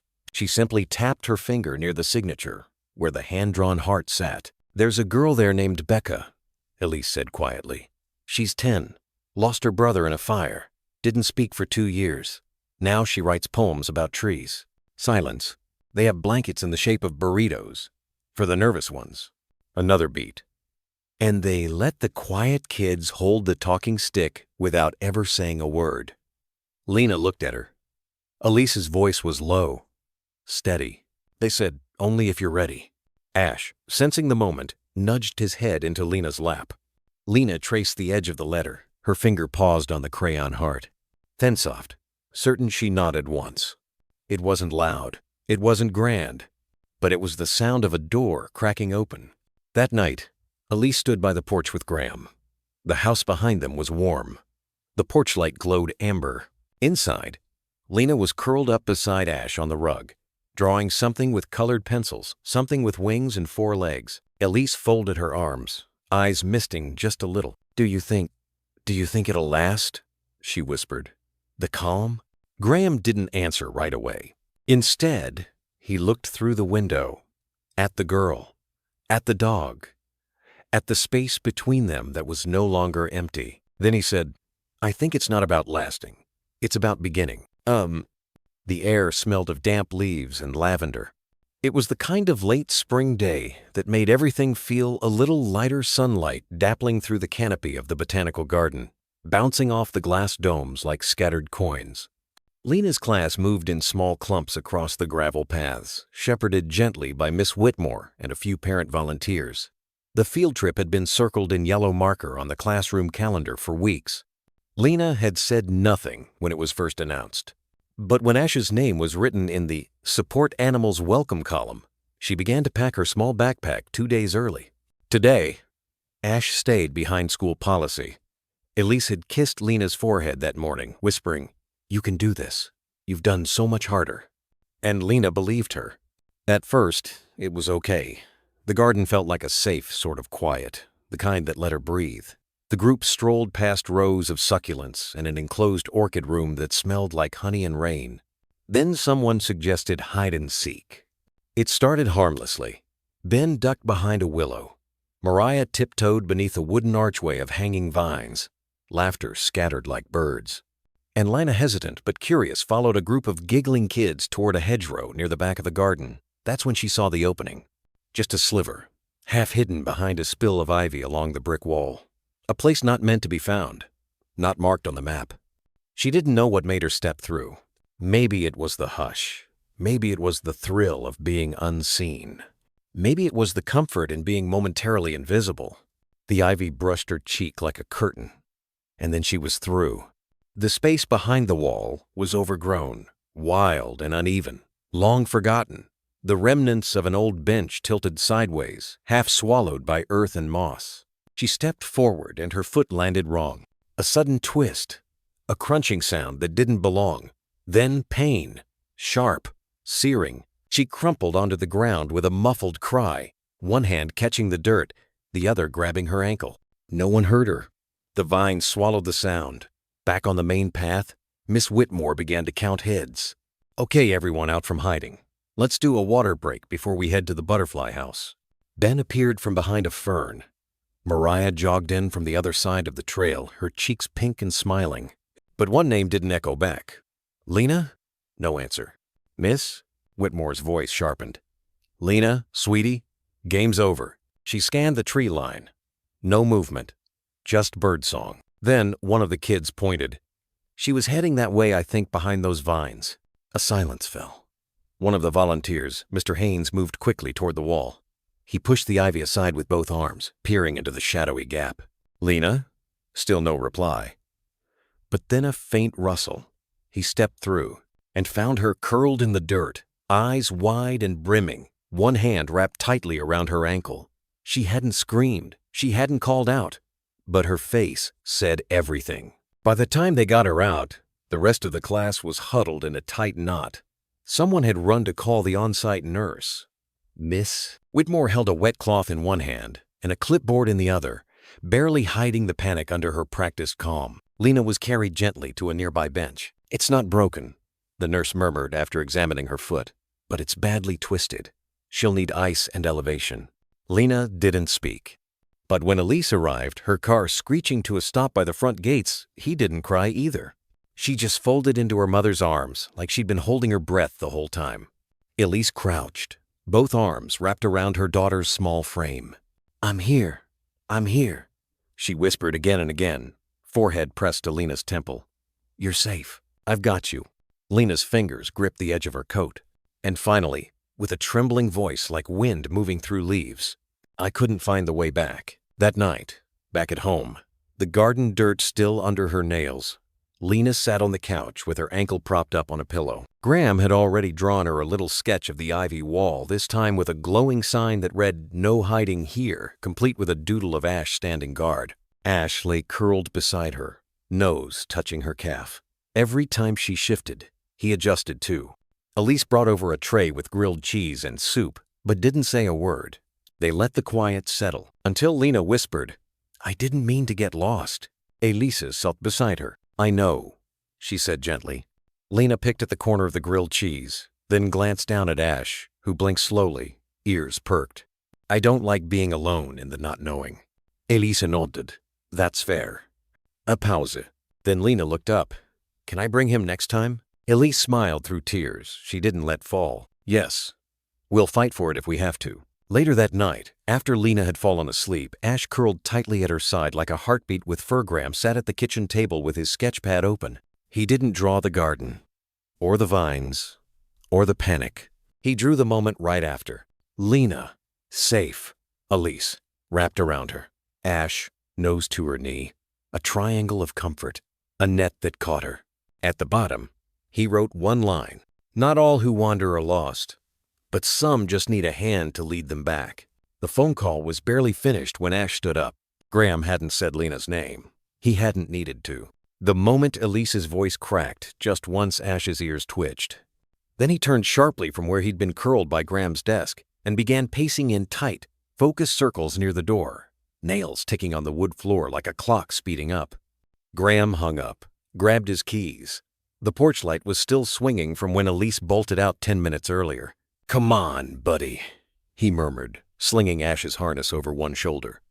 "Let's go find her." But Ash didn't wait. As soon as the front door creaked open, he was already leaping into the truck's passenger seat, posture rigid, gaze fixed like a compass locked on something just beyond what the human eye could see. They arrived at the garden 15 minutes later. The staff had cordoned off a few areas near the back paths. Teachers were combing the hedges. Some students were crying, others watching with wide, frozen faces. Elise stood near the entrance, phone in one hand, fingers trembling, eyes wild and wet but locked on Graham the moment the truck pulled in. Before the vehicle stopped moving, Ash pushed open the door with his paw and launched out. "Wait, Ash," Graham called, but it was pointless. Ash didn't bolt toward the main trail or the pond or the nearest group of kids. He ran in the opposite direction toward the oldest part of the garden, where the ivy walls formed an almost forgotten archway, where the gravel gave way to uneven stone, where no one had thought to look. Graham's boots pounded the path behind him. "Elise, this way." Ash didn't pause. He didn't sniff around like he was guessing. He moved like he knew. And when he reached the veil of ivy half, torn now from the earlier paniche, shoved his whole weight through, vines scraping across his back like fingers trying to hold him back. Then they heard it. A whine. Low, heart-wrenched. Then a bark. Graham and Elise rushed through the vines just as Ash found her. Lena was slumped against the side of a fallen bench, one leg drawn up, ankle twisted awkwardly. Her eyes were rimmed with salt, cheeks blotchy, lips pale. But when she saw Ash, her whole body changed. A choked sob escaped her throat. Not fear, not pain. Relief. Ash reached her first, nosing her hand, licking the side of her wrist where the dirt hadn't fully settled. She grabbed onto his neck like a life raft. He didn't move. He didn't bark again. He just stayed still and steady until her breathing found a rhythm again. It took only a few more minutes for Graham to carry Lena out. Elise held her daughter's face between her palms, as if confirming over and over that she was real, that she was whole, even if bruised. The nurse nodded. "No break, but she's in shock." But it wasn't Lena the teachers talked about first. It was Ash. The assistant principal had seen him burst through the hedge like a cannonball. Another parent had heard his bark echo just before they'd reached her. A volunteer called him unreal. But Miss Whitmore knelt beside him, one hand on his head, voice shaking. "No, not unreal, just unbelievable." Back at school the next morning, someone printed a photo a staff member had snapped Ash standing tall beside Lena as she was being wheeled out of the garden, her fingers still tangled in the fur of his ruff. The image made it to the bulletin board outside the office. And then the school newsletter. Then local parents' Facebook pages. Then regional media. A miracle dog finds missing student in garden maze. Emotional support canine leads search in narrow escape. German shepherd with a sixth sense. One news outlet used a split photo. Ash beside Lena on the bridge and Ash beside Lena in the ivy. 2 rescues, 1 dog. It wasn't about going viral. It was about proof. Proof that the bond between a girl and her dog was more than comfort. It was language, compass, lifeline. At dinner that night, Lena sat with her leg propped up on a stack of books. She didn't say much. Didn't need to. Ash hadn't left her side once. Elise placed her plate down and kissed her head, brushing back a stray curl. "You know," she said, "I think Ash just made a lot of believers out there." Lena nodded slowly. But it was Graham who added softly, "Not in miracles, in connection."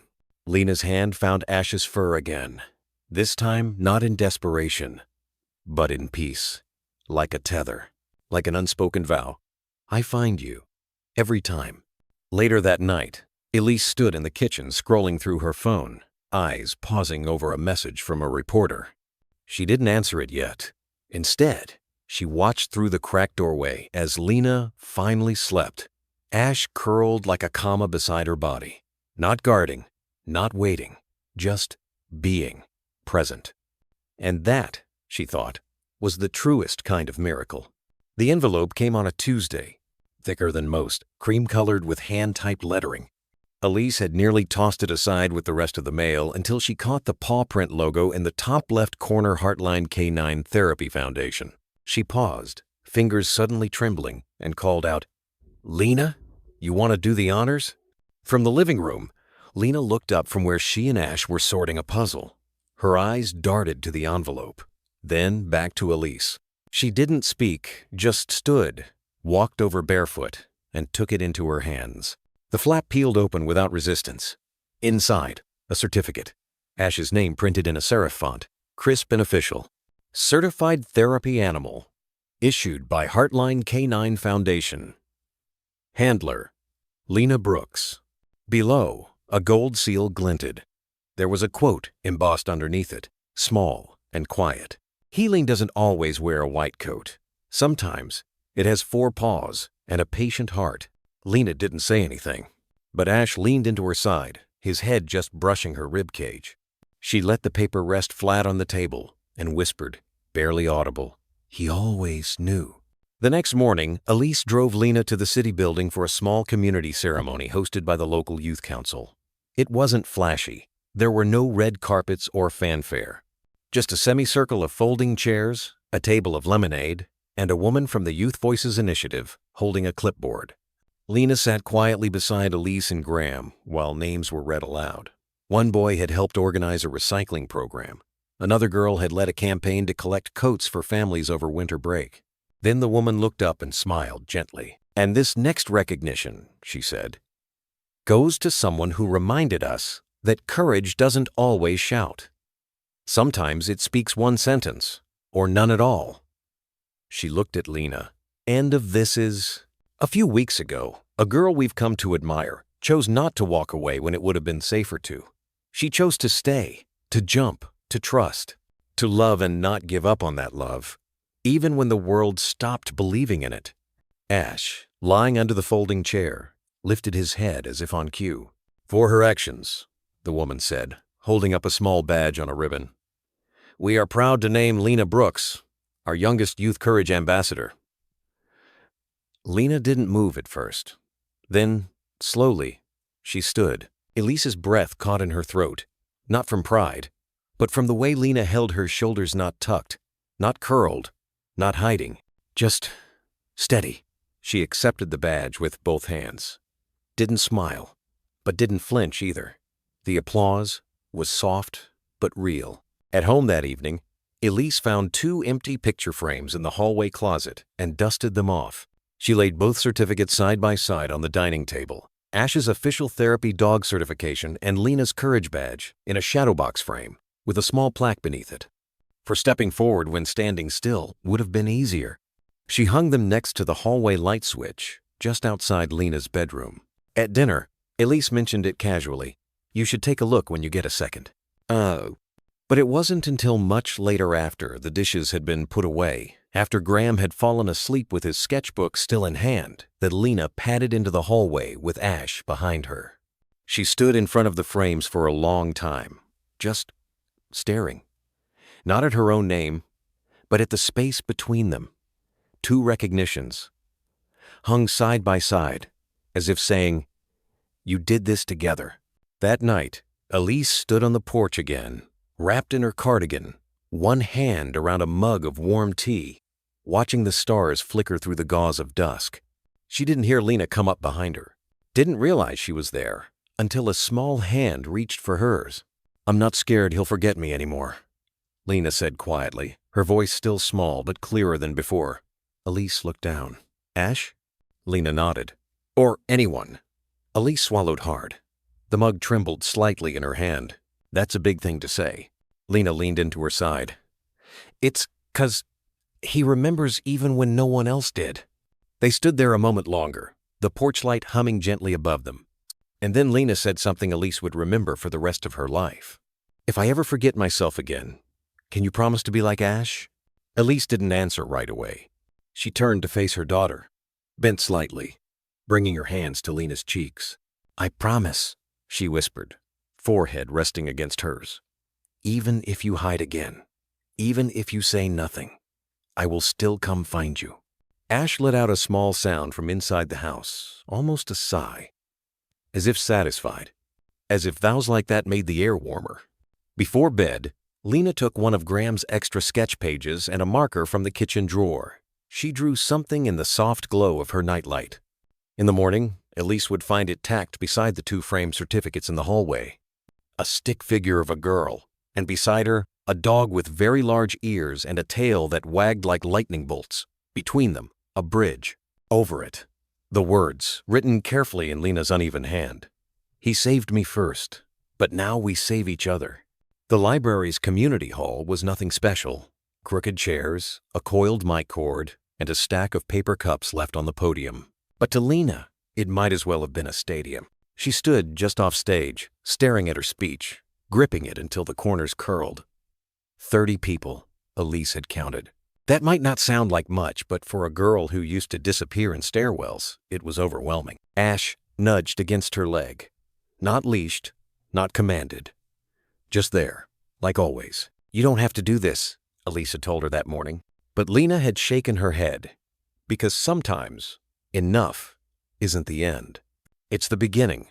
A soft voice called, "Lena, whenever you're ready." She stepped forward. Ash trotted beside her and lay at her feet. She adjusted the paper. Her voice was soft but steady. "My name is Lena Brooks.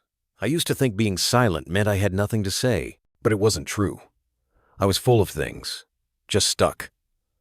Then someone found me. Not someone who spoke, just someone who stayed." Ash didn't move. "I didn't jump into that river to be seen. I jumped because I couldn't let him die alone. But now, I speak because no one should ever feel like they have to drown just to matter." The room held its breath. Then came applause. Not thunderous, but real. Lena blinked, not crying, just awake in a new way. She stepped down. Ash followed. Backstage, Elise pulled her into a hug. "You did it!" Lena shook her head. "Number we did." She knelt beside Ash. "You waited long enough for me to speak. Now I'll wait for others." Emsland. That night, Graham left a drawing on her nightstand. A seedling pushing through snow. A girl beside it. A dog keeping watch. At the top, even quiet things grow. Lena touched the edges, whispered into the room. "Sometimes silence isn't empty. It's waiting." After the speech, the hall emptied. Lena stood near the exit, coat folded. Ash curled at her feet. She hadn't spoken Cincinnati because she couldn't, but because the words were still humming inside her. Then came a woman. Quiet steps. A lavender sweater worn at the cuffs. She crouched. "My name is Ruth," she said. "My son's name was Daniel."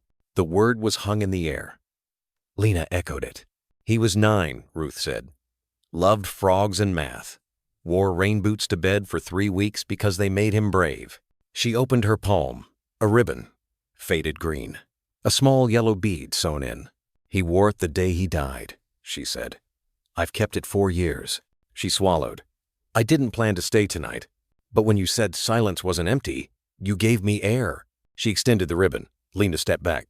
"Two can't." "You can," Ruth said. "You reminded me of him, of how bravery doesn't roar, it stays. Speaks. Loves anyway." Lena reached forward and accepted the ribbon. She untied Ash's blue bandana, laid it flat, and fastened the ribbon to its knot.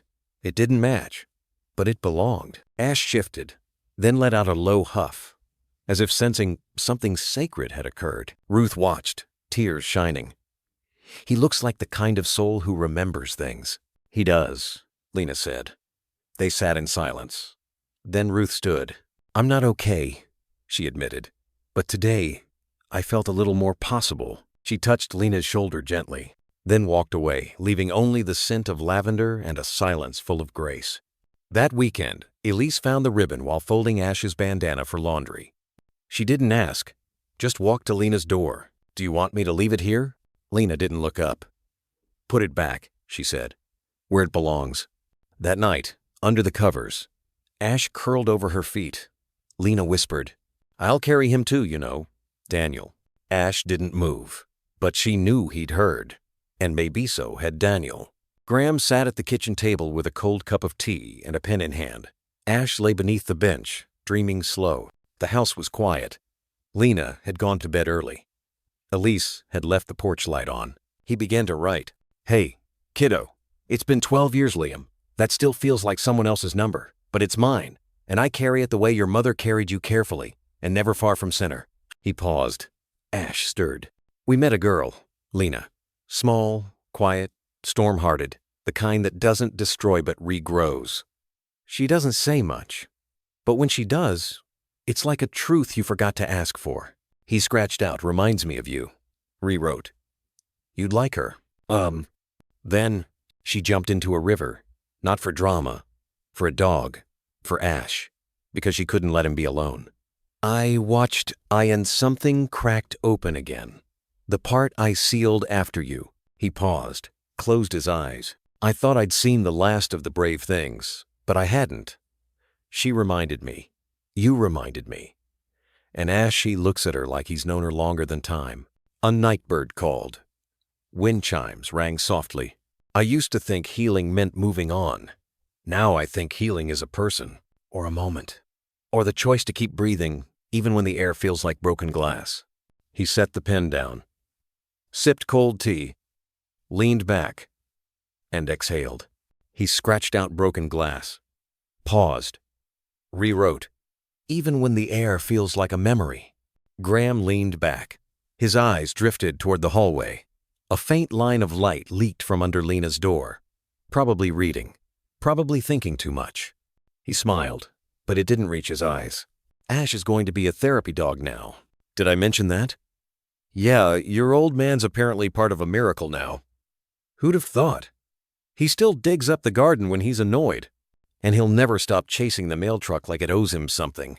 But in the quiet, he watches Lena, guards her in ways no badge or grown-up ever could. She sleeps better now. At least, I think she does. And sometimes I catch her humming." He underlined that sentence. "Twice. Today she asked about you. Not directly, but she pointed to the picture of us on the mantel, you, with your missing front tooth, and one sock half a fan said, 'Was he brave?'" Graham blinked back a swell. "I told her the truth, that you were terrified of thunderstorms but still held my hand when I pretended I wasn't.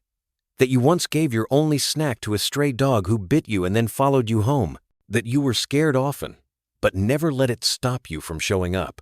He stared at the words for a long time, then added, "That's what bravery is, isn't it? Showing up anyway." Ash stirred again. This time, he stood, walked over, pressed his nose to Graham's thigh like a heartbeat you could touch. Graham rested a hand on the dog's head.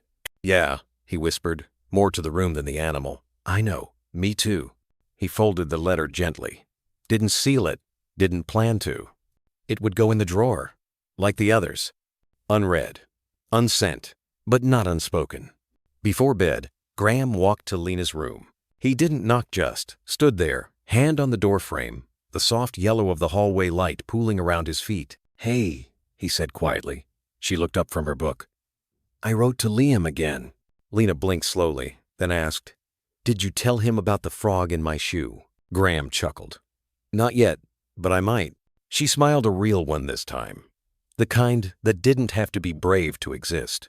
Then she turned back to her book, and Graham walked away, heart heavier and lighter all at once. Later, as the house drifted into sleep, a whisper only the quiet could hear floated from under Lena's breath. "Hi, Liam," she said softly. "Thanks for letting me borrow him." Ash's ears twitched in the dark. It started with a pencil drop, a sharp clatter in the silence of third period. The substitute raised her voice too sudden, too loud, and someone at the back laughed like it was all part of a game. But Lena froze. Not from the sound. From the sentence the substitute snapped next. "Eyes forward," I said now. "You don't move until I say so." Just 8 words, but they landed like fists in Lena's ribs. Her throat tightened. Her fingers curled under her desk, trembling, nails digging into skin. The air got thick, wet, too loud and too quiet all at once. The fluorescent lights above hummed like insects crawling through her ears. Someone asked if she was okay. She stood, didn't ask permission, didn't make eye contact. She just walked out. The school restroom was cold. Blue tiles. Flickering light. Lena locked herself in the last stall and slid down to the floor, pulling her knees to her chest. Her breath came in uneven bursts, shallow, quicker. Her palms pressed hard against her ears. Her mind wasn't in the stall anymore. It was back there, in a hallway of noise and hands that gripped too tight, in a place where voices told her silence was survival. She didn't cry. She didn't scream. She folded in, like paper. An hour later, Elise appeared. The janitor had found her. A teacher had called. Someone from the front office whispered, "She's not talking." Elise didn't ask questions. Didn't say, "What happened?" Or, "Can you hear me?" She just knelt by the stall. Her voice soft. "Hey, sweetheart. I'm here. Just here." There was a pause. Then, "I brought Ash. He's in the hallway." Another pause. "I'm not leaving." Lena didn't move for a long time. Then, slowly, the stall door unlocked. Elise didn't say a word, just opened her arms. And Lena collapsed into them without noise, without form. Just weight, just trembling. The car ride home was silent. Ash curled up in the back seat, his nose occasionally brushing Lena's shoulder. She didn't look at him, but her fingers moved toward his fur. Once, then stayed. At home, Elise pulled out the quilt, the one folded at the foot of the couch, heavy and worn with corners chewed by some dog long past. It smelled like fabric softener and firewood and years of comfort. They sat together beneath it. No lights, no sound, just the creak of the old floorboards and the occasional soft shift of Ash's breathing on the rug nearby. Time didn't matter. Neither did words. Elise didn't fill the silence, didn't reach for answers. She let the moment be what it was, unspoken, raw, tangled. Her hand rested on Lena's back. A rhythm, a reminder. It was dark outside when Lena whispered. 3 words, fragile and hoarse. It felt like before. Elise didn't ask, "Before what?" She just nodded, eyes soft with unshed things. "I know," she said. "It's okay to feel that way." Lena leaned her head into Elise's shoulder. "I hate it when I disappear inside." "You didn't disappear," Elise said. "You survived it." "That's different." Ash patted over and pressed his head under Lena's hand. She didn't smile, but her fingers curled gently into his fur, thumb brushing over the ribbon pin that still clung to his bandana, soft and weathered now. They sat for hours, wrapped in a quilt, wrapped in silence, wrapped in each other. And though no one said the word, they all knew what this was. Not defeat, not breakdown, but grief remembered, and safety reclaimed. The thud wasn't loud. It was the kind of sound that wouldn't turn heads at a park, barely louder than a dropped backpack or a playful scuffle. But Lena heard it and more than that. She felt it. Ash didn't yelp, didn't whine. He simply paused halfway through the weave poles during the therapy dog exercise and limped, just slightly, as if trying to pretend nothing had happened. But his left hind leg told the truth. A soft buckle, a hitch, and then a collapse that made Lena's breath hitch in her throat. She ran to him before Graham or the trainer could say a word. They rushed him to the vet. It was the same leg, the one that had healed after the bridge jump. He'd always had a faint scar there, hidden beneath his fur, just behind the joint. It wasn't just physical. It was history etched into him.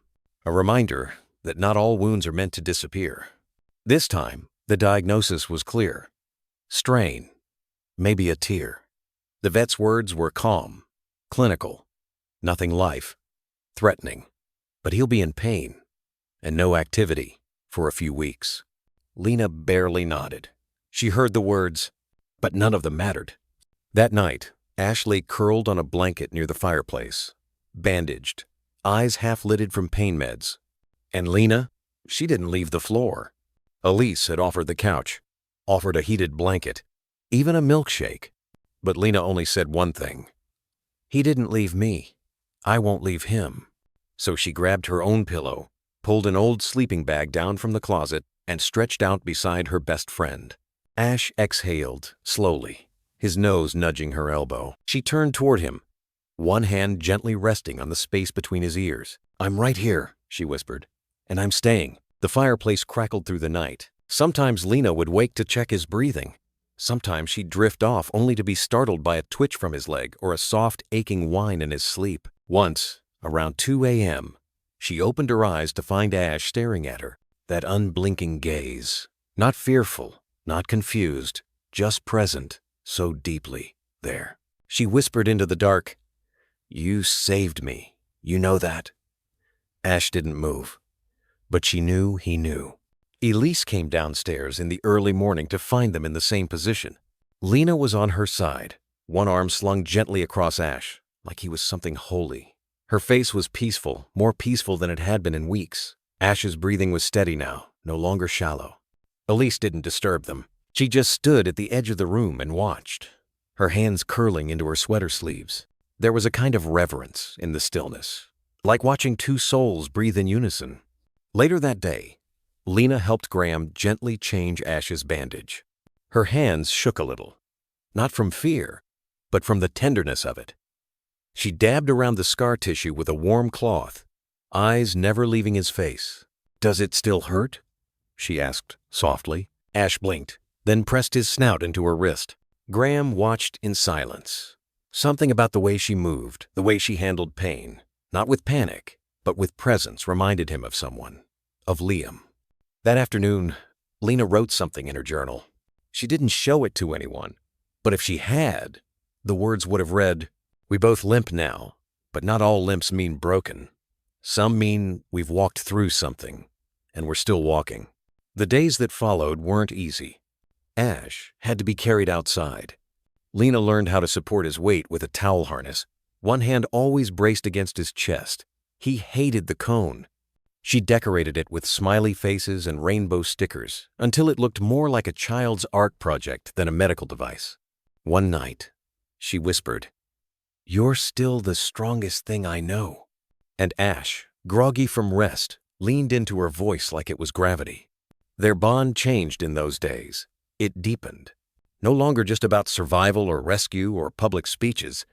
It became something more intimate, something sacred, like a vow written without ink, a quiet promise exchanged beneath the weight of sleepless nights and shared scars. The vet cleared Ash for light walking after a week. When Lena heard, she smiled but didn't cheer. Instead, she bent low and kissed the top of his head. We're healing, she whispered, together. And this time, Ash wagged his tail. Not fast, just once, but enough. Enough to say, I know. The hallway light spilled across the threshold like a gentle hush, barely reaching the edge of the bed. Lena sat cross-legged on the comforter, a book half open in her lap, though she hadn't turned a page in 20 minutes. She kept glancing at her door. Tonight, it was open, wide, for the first time. Her breathing was steady, though not quite calm. There was a fragile rhythm to it, like music played through trembling hands. Ash lay just outside the doorway, not inside her room, but close enough to see her. His bandaged leg was still stiff, but his eyes followed her with quiet confidence. He didn't need to be curled against her anymore. He seemed to understand that. She needed space, safe space. Elise had paused at the top of the stairs earlier, toothbrush still in hand, when Lena called softly, Mom? It still startled her sometimes to hear the word out loud. Still made her heart ache and expand in the same breath. Elise turned. Yeah? I want to try. Tonight. Lena's voice had been barely above a whisper. I think I can. Elise didn't ask what she meant. She didn't need to. She just nodded. Okay, sweetheart. Lena hadn't slept alone since before. Since the sounds in the dark stopped being just the house creaking and became something else. Since her mind started turning whispers into footsteps and every shadow into someone coming back. Since silence started screaming. But tonight, something inside her was still. A quiet stillness. Not the frozen kind. The kind that made room. The kind that felt like hers. She reached toward the nightstand and turned off the lamp. The light from the hallway stretched across the floor like a soft ribbon. Familiar. Soft. Unthreatening. Lena pulled the covers up to her chin. Her fingers brushed the little patch sewn into her quilt stitched clumsily, but proudly, in her own hands. The one that said, "Brave doesn't mean never scared. It means still choosing to stay." She'd made it after the meltdown, after the day in the school restroom, when she'd wanted nothing but to vanish. But she hadn't vanished. She had come home. She had sat beneath this same quilt beside Elise for hours. And eventually, something in her had started to breathe again. Now, it breathed steady. From the doorway, Ash gave a quiet huff. Lena smiled toward him. "I'm okay," she whispered. It was half reassurance for him, half for herself. He shifted his weight, letting out a long exhale. He believed her. That mattered. She closed her eyes. And for a while, she just listened.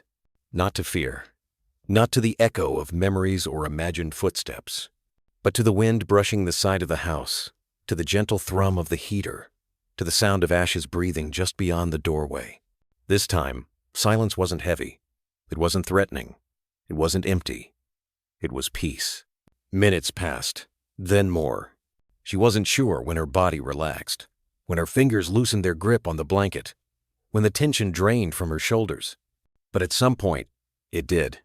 And at some point, she let go of the day and slipped, quietly, into sleep. Elise peeked in before she went to bed.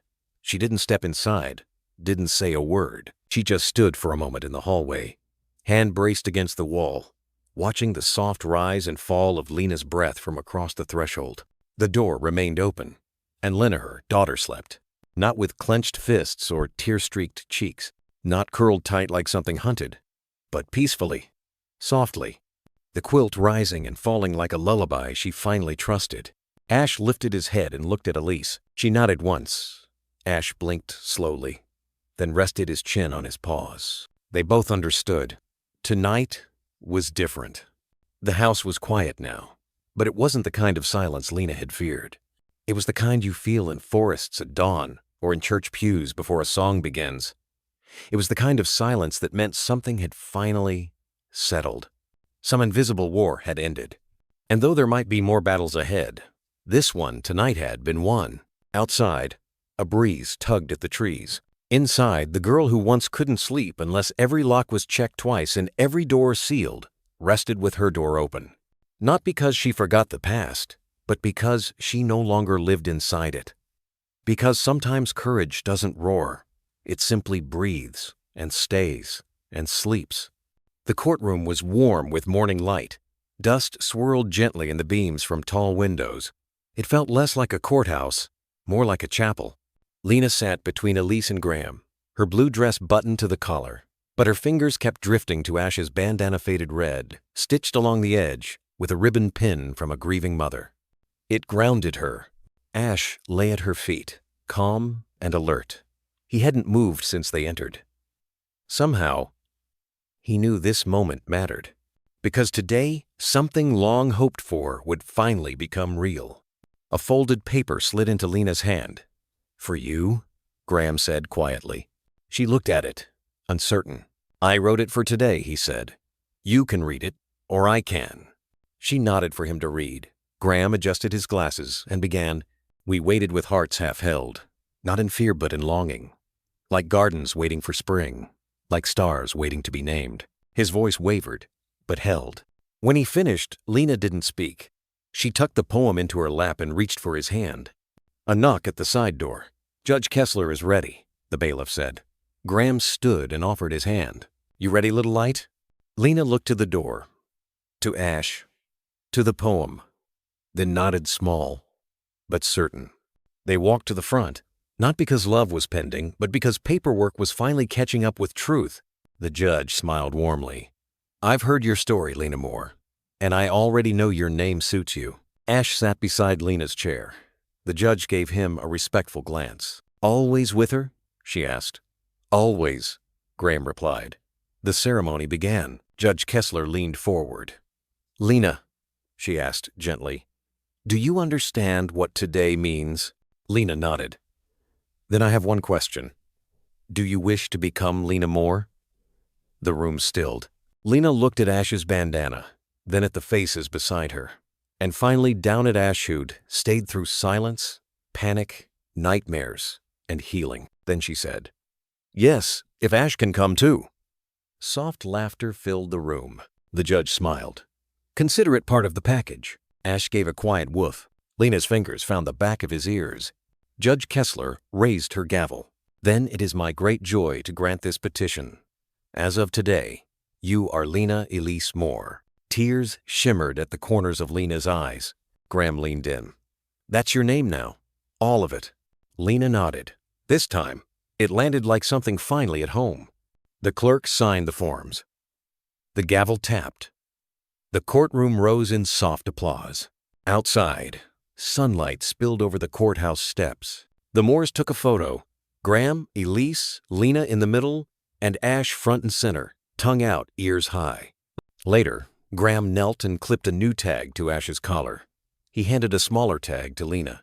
For your backpack or your keychain, when you're ready. She turned it over. Lena Elise Moore. 2 paw prints. Family is who stays. She didn't speak, but she hugged him fully, fiercely. You're crushing my ribs, Graham chuckled. He didn't ask her to stop. The hallway in the Moore house had always been quiet. Photos lined the walls. Elise's college day, Graham's fishing trip. One watercolor Lena had stared at silently the week she moved in. But that afternoon, a new frame was hung. Elise adjusted it while Graham held the leveler. Lena sat on the floor tracing patterns into the rug. Ash beside her. The photo had just been printed. In it, Lena in her navy blue dress. Elise and Graham on either side, arms draped gently, and Ash sitting proudly at her feet in his bandana. Beneath the image, an engraving read, "The family we found, not the one we were given." Elise stepped down, hands trembling. Straight? She asked. Graham nodded. Perfect. But he wasn't talking about the alignment. Lena stood and looked at the photo. Her reflection blended with it, present and printed, real and remembered. Ash came to her side. She didn't ask what the caption meant. She didn't need to. She had always known what it felt like to be given away. Now, she knew what it meant to be chosen. Chosen by a woman who never pushed, by a man who wrote poems to ghosts, by a dog who didn't care where she came from, only that she was his. She reached out and touched the glass. It's real, Elise said softly from behind her. I know, Lena whispered. That evening, after dinner and candlelight, Graham made tea. Elise hummed softly, and Ash curled on the woven rug. Lena returned to the hallway. Alone. She stood in front of the photo again. From her hoodie pocket, she pulled a folded piece of lined paper, creased, slightly smudged. Not a letter, just words. She didn't read them aloud. She didn't have to. But one sentence on the page stood out. I didn't know families could feel like this. Like something soft, not something you earn. M. She folded the note and tucked it behind the photo frame between the backing and the glass. A secret only the hallway would keep. In the weeks that followed, guests to the Moore house often paused at that photo. Some smiled. Some asked who the dog was. One woman cried and whispered, "That's what healing looks like." No one touched it. Because it wasn't just a picture. It was a place. And every time Lena passed I-Train or Sun, news or silence, Ash walked beside her. Sometimes they paused. Most times, they didn't. Because some family isn't loud, it just stays. The cherry tree in the backyard had bloomed overnight. Delicate blossoms, soft as breath, clung to every branch like the sky had forgotten winter. A breeze carried them down in quiet flutters, scattering petals across the grass, like confetti the earth had earned. Lena darted beneath the falling pink, her laugh trailing behind her like wind chimes in motion. Her hoodie was half-zipped, socks uneven, and hair loose from the braid Elise had made that morning. She didn't care. Not now. Not when Ash was chasing her like the world was new again. "Faster, Ash!" she squealed, breathless but glowing. Ash lunged into a gallop, his back legs coiling like springs before he launched toward her, missing her by inches. His tongue lolled out, red bandana flapping like a banner in the breeze. They circled the garden in zigzags, girl and dog. One heartbeat. Blossoms clung to Lena's shoulders, to Ash's fur, to the laughter that spilled and echoed, coating the air in something too full to name. Near the edge of the garden, Graham sat cross-legged with his sketchpad open. A pencil twitched between his fingers, dancing across the page. He wasn't trying to get every detail right. He didn't need to. He was just trying to capture what it felt like. Elise knelt by the tulip bed. Her gloves were caked in soil, and there was a smudge of dirt on her cheek. But she smiled at each bulb as she tucked it in. A quiet ceremony. Every tulip planted like a prayer for permanence. "Don't forget to water the new ones," Graham called gently. "I will," Elise replied, but didn't look up. She was talking to the soil. Lena finally collapsed in the middle of the yard, laughing so hard it came out in hiccups. Ash flopped beside her, front legs splayed like a tired lion, breathing heavy but content. His tail thumped twice as soft, deliberate, just to let her know he was still there. "Truce," she said between gulps of air. Ash blinked. A blossom landed square on his nose. He didn't move, just let it rest there, like he knew he was part of something bigger now, a symbol of stillness, a moment pinned in time. Lena reached out and touched the top of his head. Her fingers moved slowly now, gently trailing behind his ears, down his neck. She didn't say a word, but Ash didn't need her to. Behind them, Graham flipped the sketchbook to a new page. This one, he decided, would be a wide shot. Girl, dog, garden, tulips, sky, and petals, hundreds of them. No lines between the living and the breathing. Just one unfolding symphony. Elise stood, brushing her knees. She walked over to the pair, still collapsed in the grass, and crouched beside them. In her palm, she held a small white blossom. "For your ear," she said to Ash, tucking it into the fold of his bandana. He looked up at her, unmoving but alert. "You're very handsome today," she added. Ash exhaled, almost a huff, as if he modestly disagreed. Lena sat up slowly. "Do we have to do anything today?" "No," Elise said, brushing back a strand of her hair. "Today's for nothing." "Good," Lena murmured. "I like nothing days." Me too," Elise replied and kissed the top of her head. They moved slowly through the rest of the afternoon. Graham brought out lemonade. Elise laid a blanket on the grass. Lena stretched out across it with a book she didn't open, her hand resting on Ash's paw the entire time. A robin landed near the fence. Then a second. Then a squirrel chattered from the apple tree like it had something urgent to add. Ash's ears twitched, but he didn't move. Graham leaned in close to Elise later and whispered, "This is the part no one writes about. The quiet after healing. The peace after storm." Elise looked at him, eyes glinting with something unsaid. "Maybe they should," she whispered back. As the sun slid lower, casting amber light across the garden, Lena reached for one of the petals caught in Ash's fur. She held it up against the light, translucent and trembling. "What do you think cherry blossoms mean?" she asked. Graham glanced up from his sketchpad. "Fragility, beauty, impermanence. That's kind of sad. Only if you forget how many grow back every year," Elise said softly. Lena considered that. Then she tucked the petal into the pocket of her hoodie next to the ribbon, next to the note, next to the folded letter she hadn't shown anyone. Ash licked her hand once. Just once, as if to say, "I noticed that." The day ended the way the best days often do, quietly. Ash snored from his usual spot at the foot of Lena's bed. Graham's sketchbook now sat closed on the hallway table. Elise washed the last of the garden dirt from her hands, humming a tune only her heart knew the lyrics to. And Lena, beneath warm blankets, stared at the ceiling with a softness in her chest that didn't used to be there.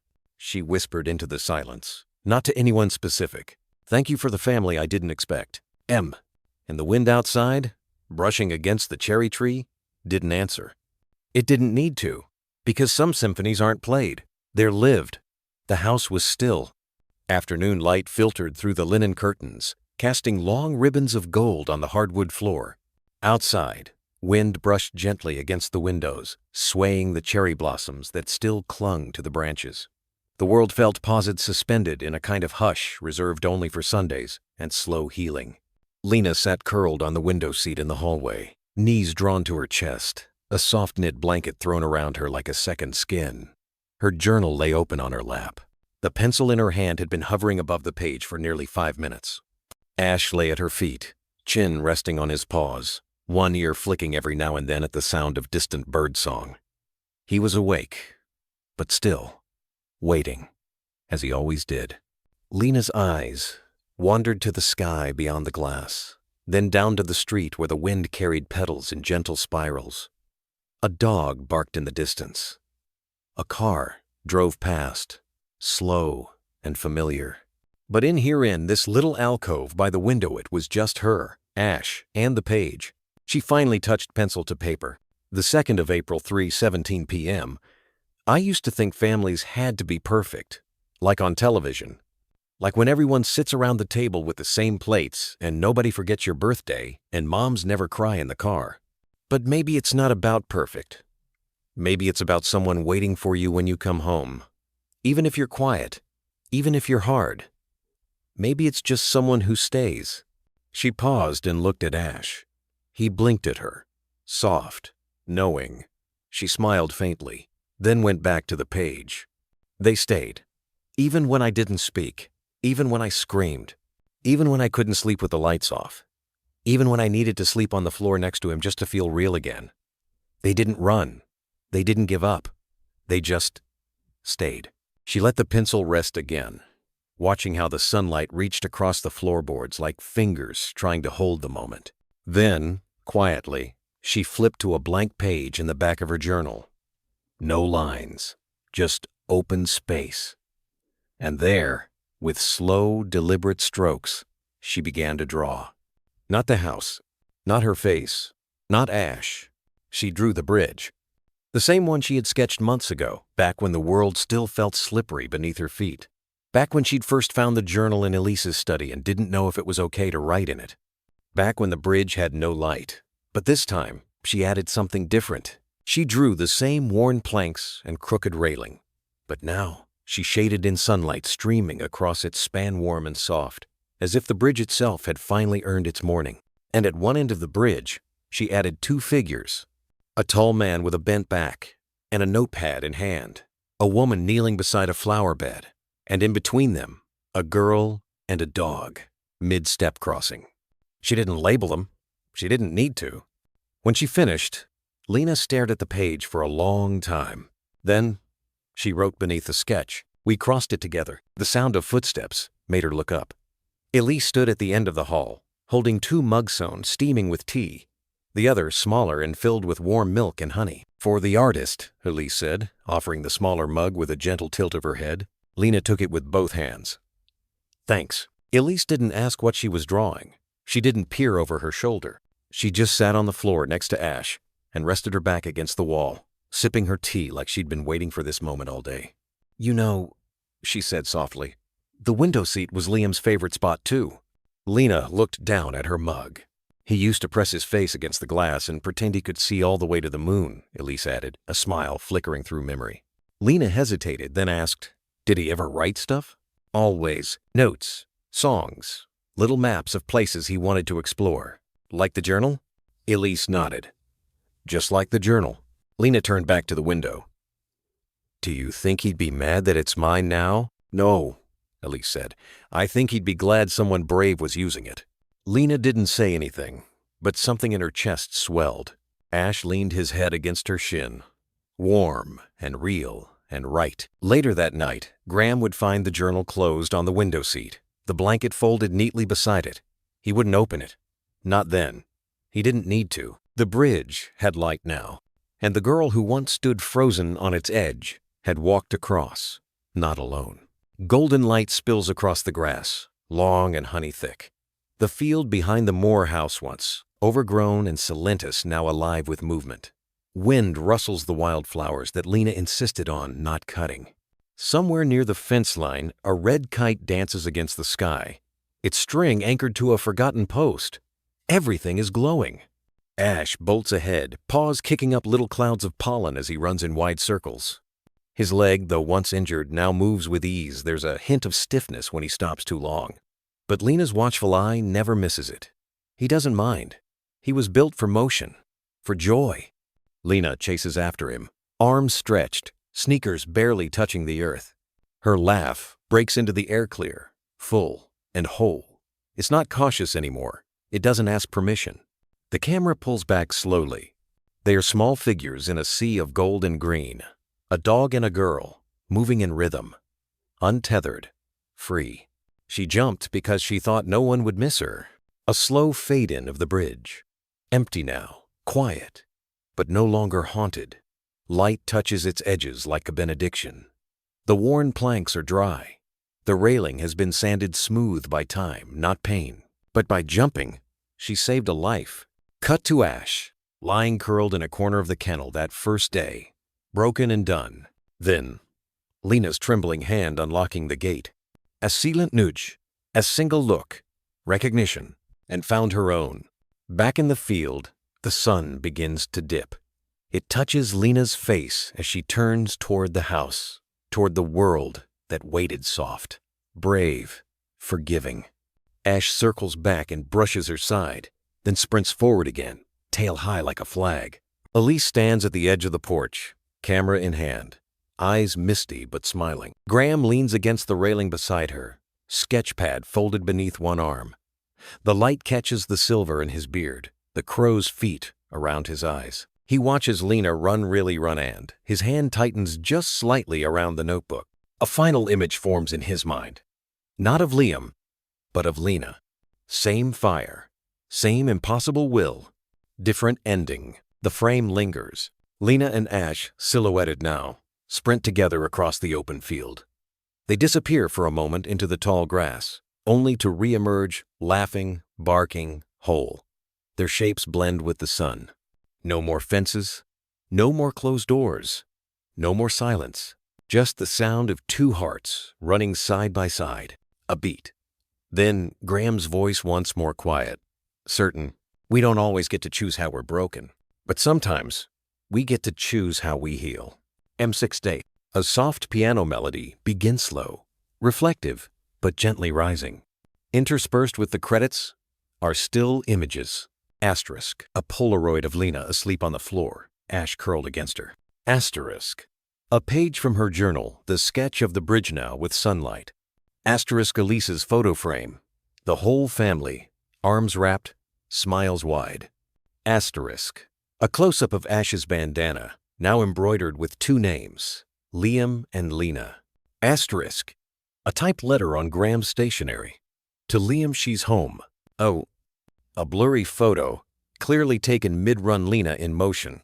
Ash beside her, both caught in a burst of laughter and light, as if the world itself exhaled in relief. Some stories stay with us not because of how they end, but because of what they awaken in us. Lena and Ash remind us that sometimes the ones who save us walk on four legs. German shepherds, with their quiet loyalty and deep, soulful eyes, don't just protect, they understand. They teach us to stay, to heal, to love without needing to be asked. If this story stirred something in you, maybe a memory, maybe a longing, you're not alone. A lot of us feel that pull. If you're looking for gentle ways to deepen the bond with your own dog, there's a small resource I came across that might speak to your heart the way this story did. It's nothing flashy, just thoughtful tools and insights from folks who really get it. I'll leave it here. No pressure. Just something to explore, if or when the time feels right. Because sometimes, all it takes is one small step, one quiet connection, to remind a soul it's never been alone. Take care of your heart and theirs.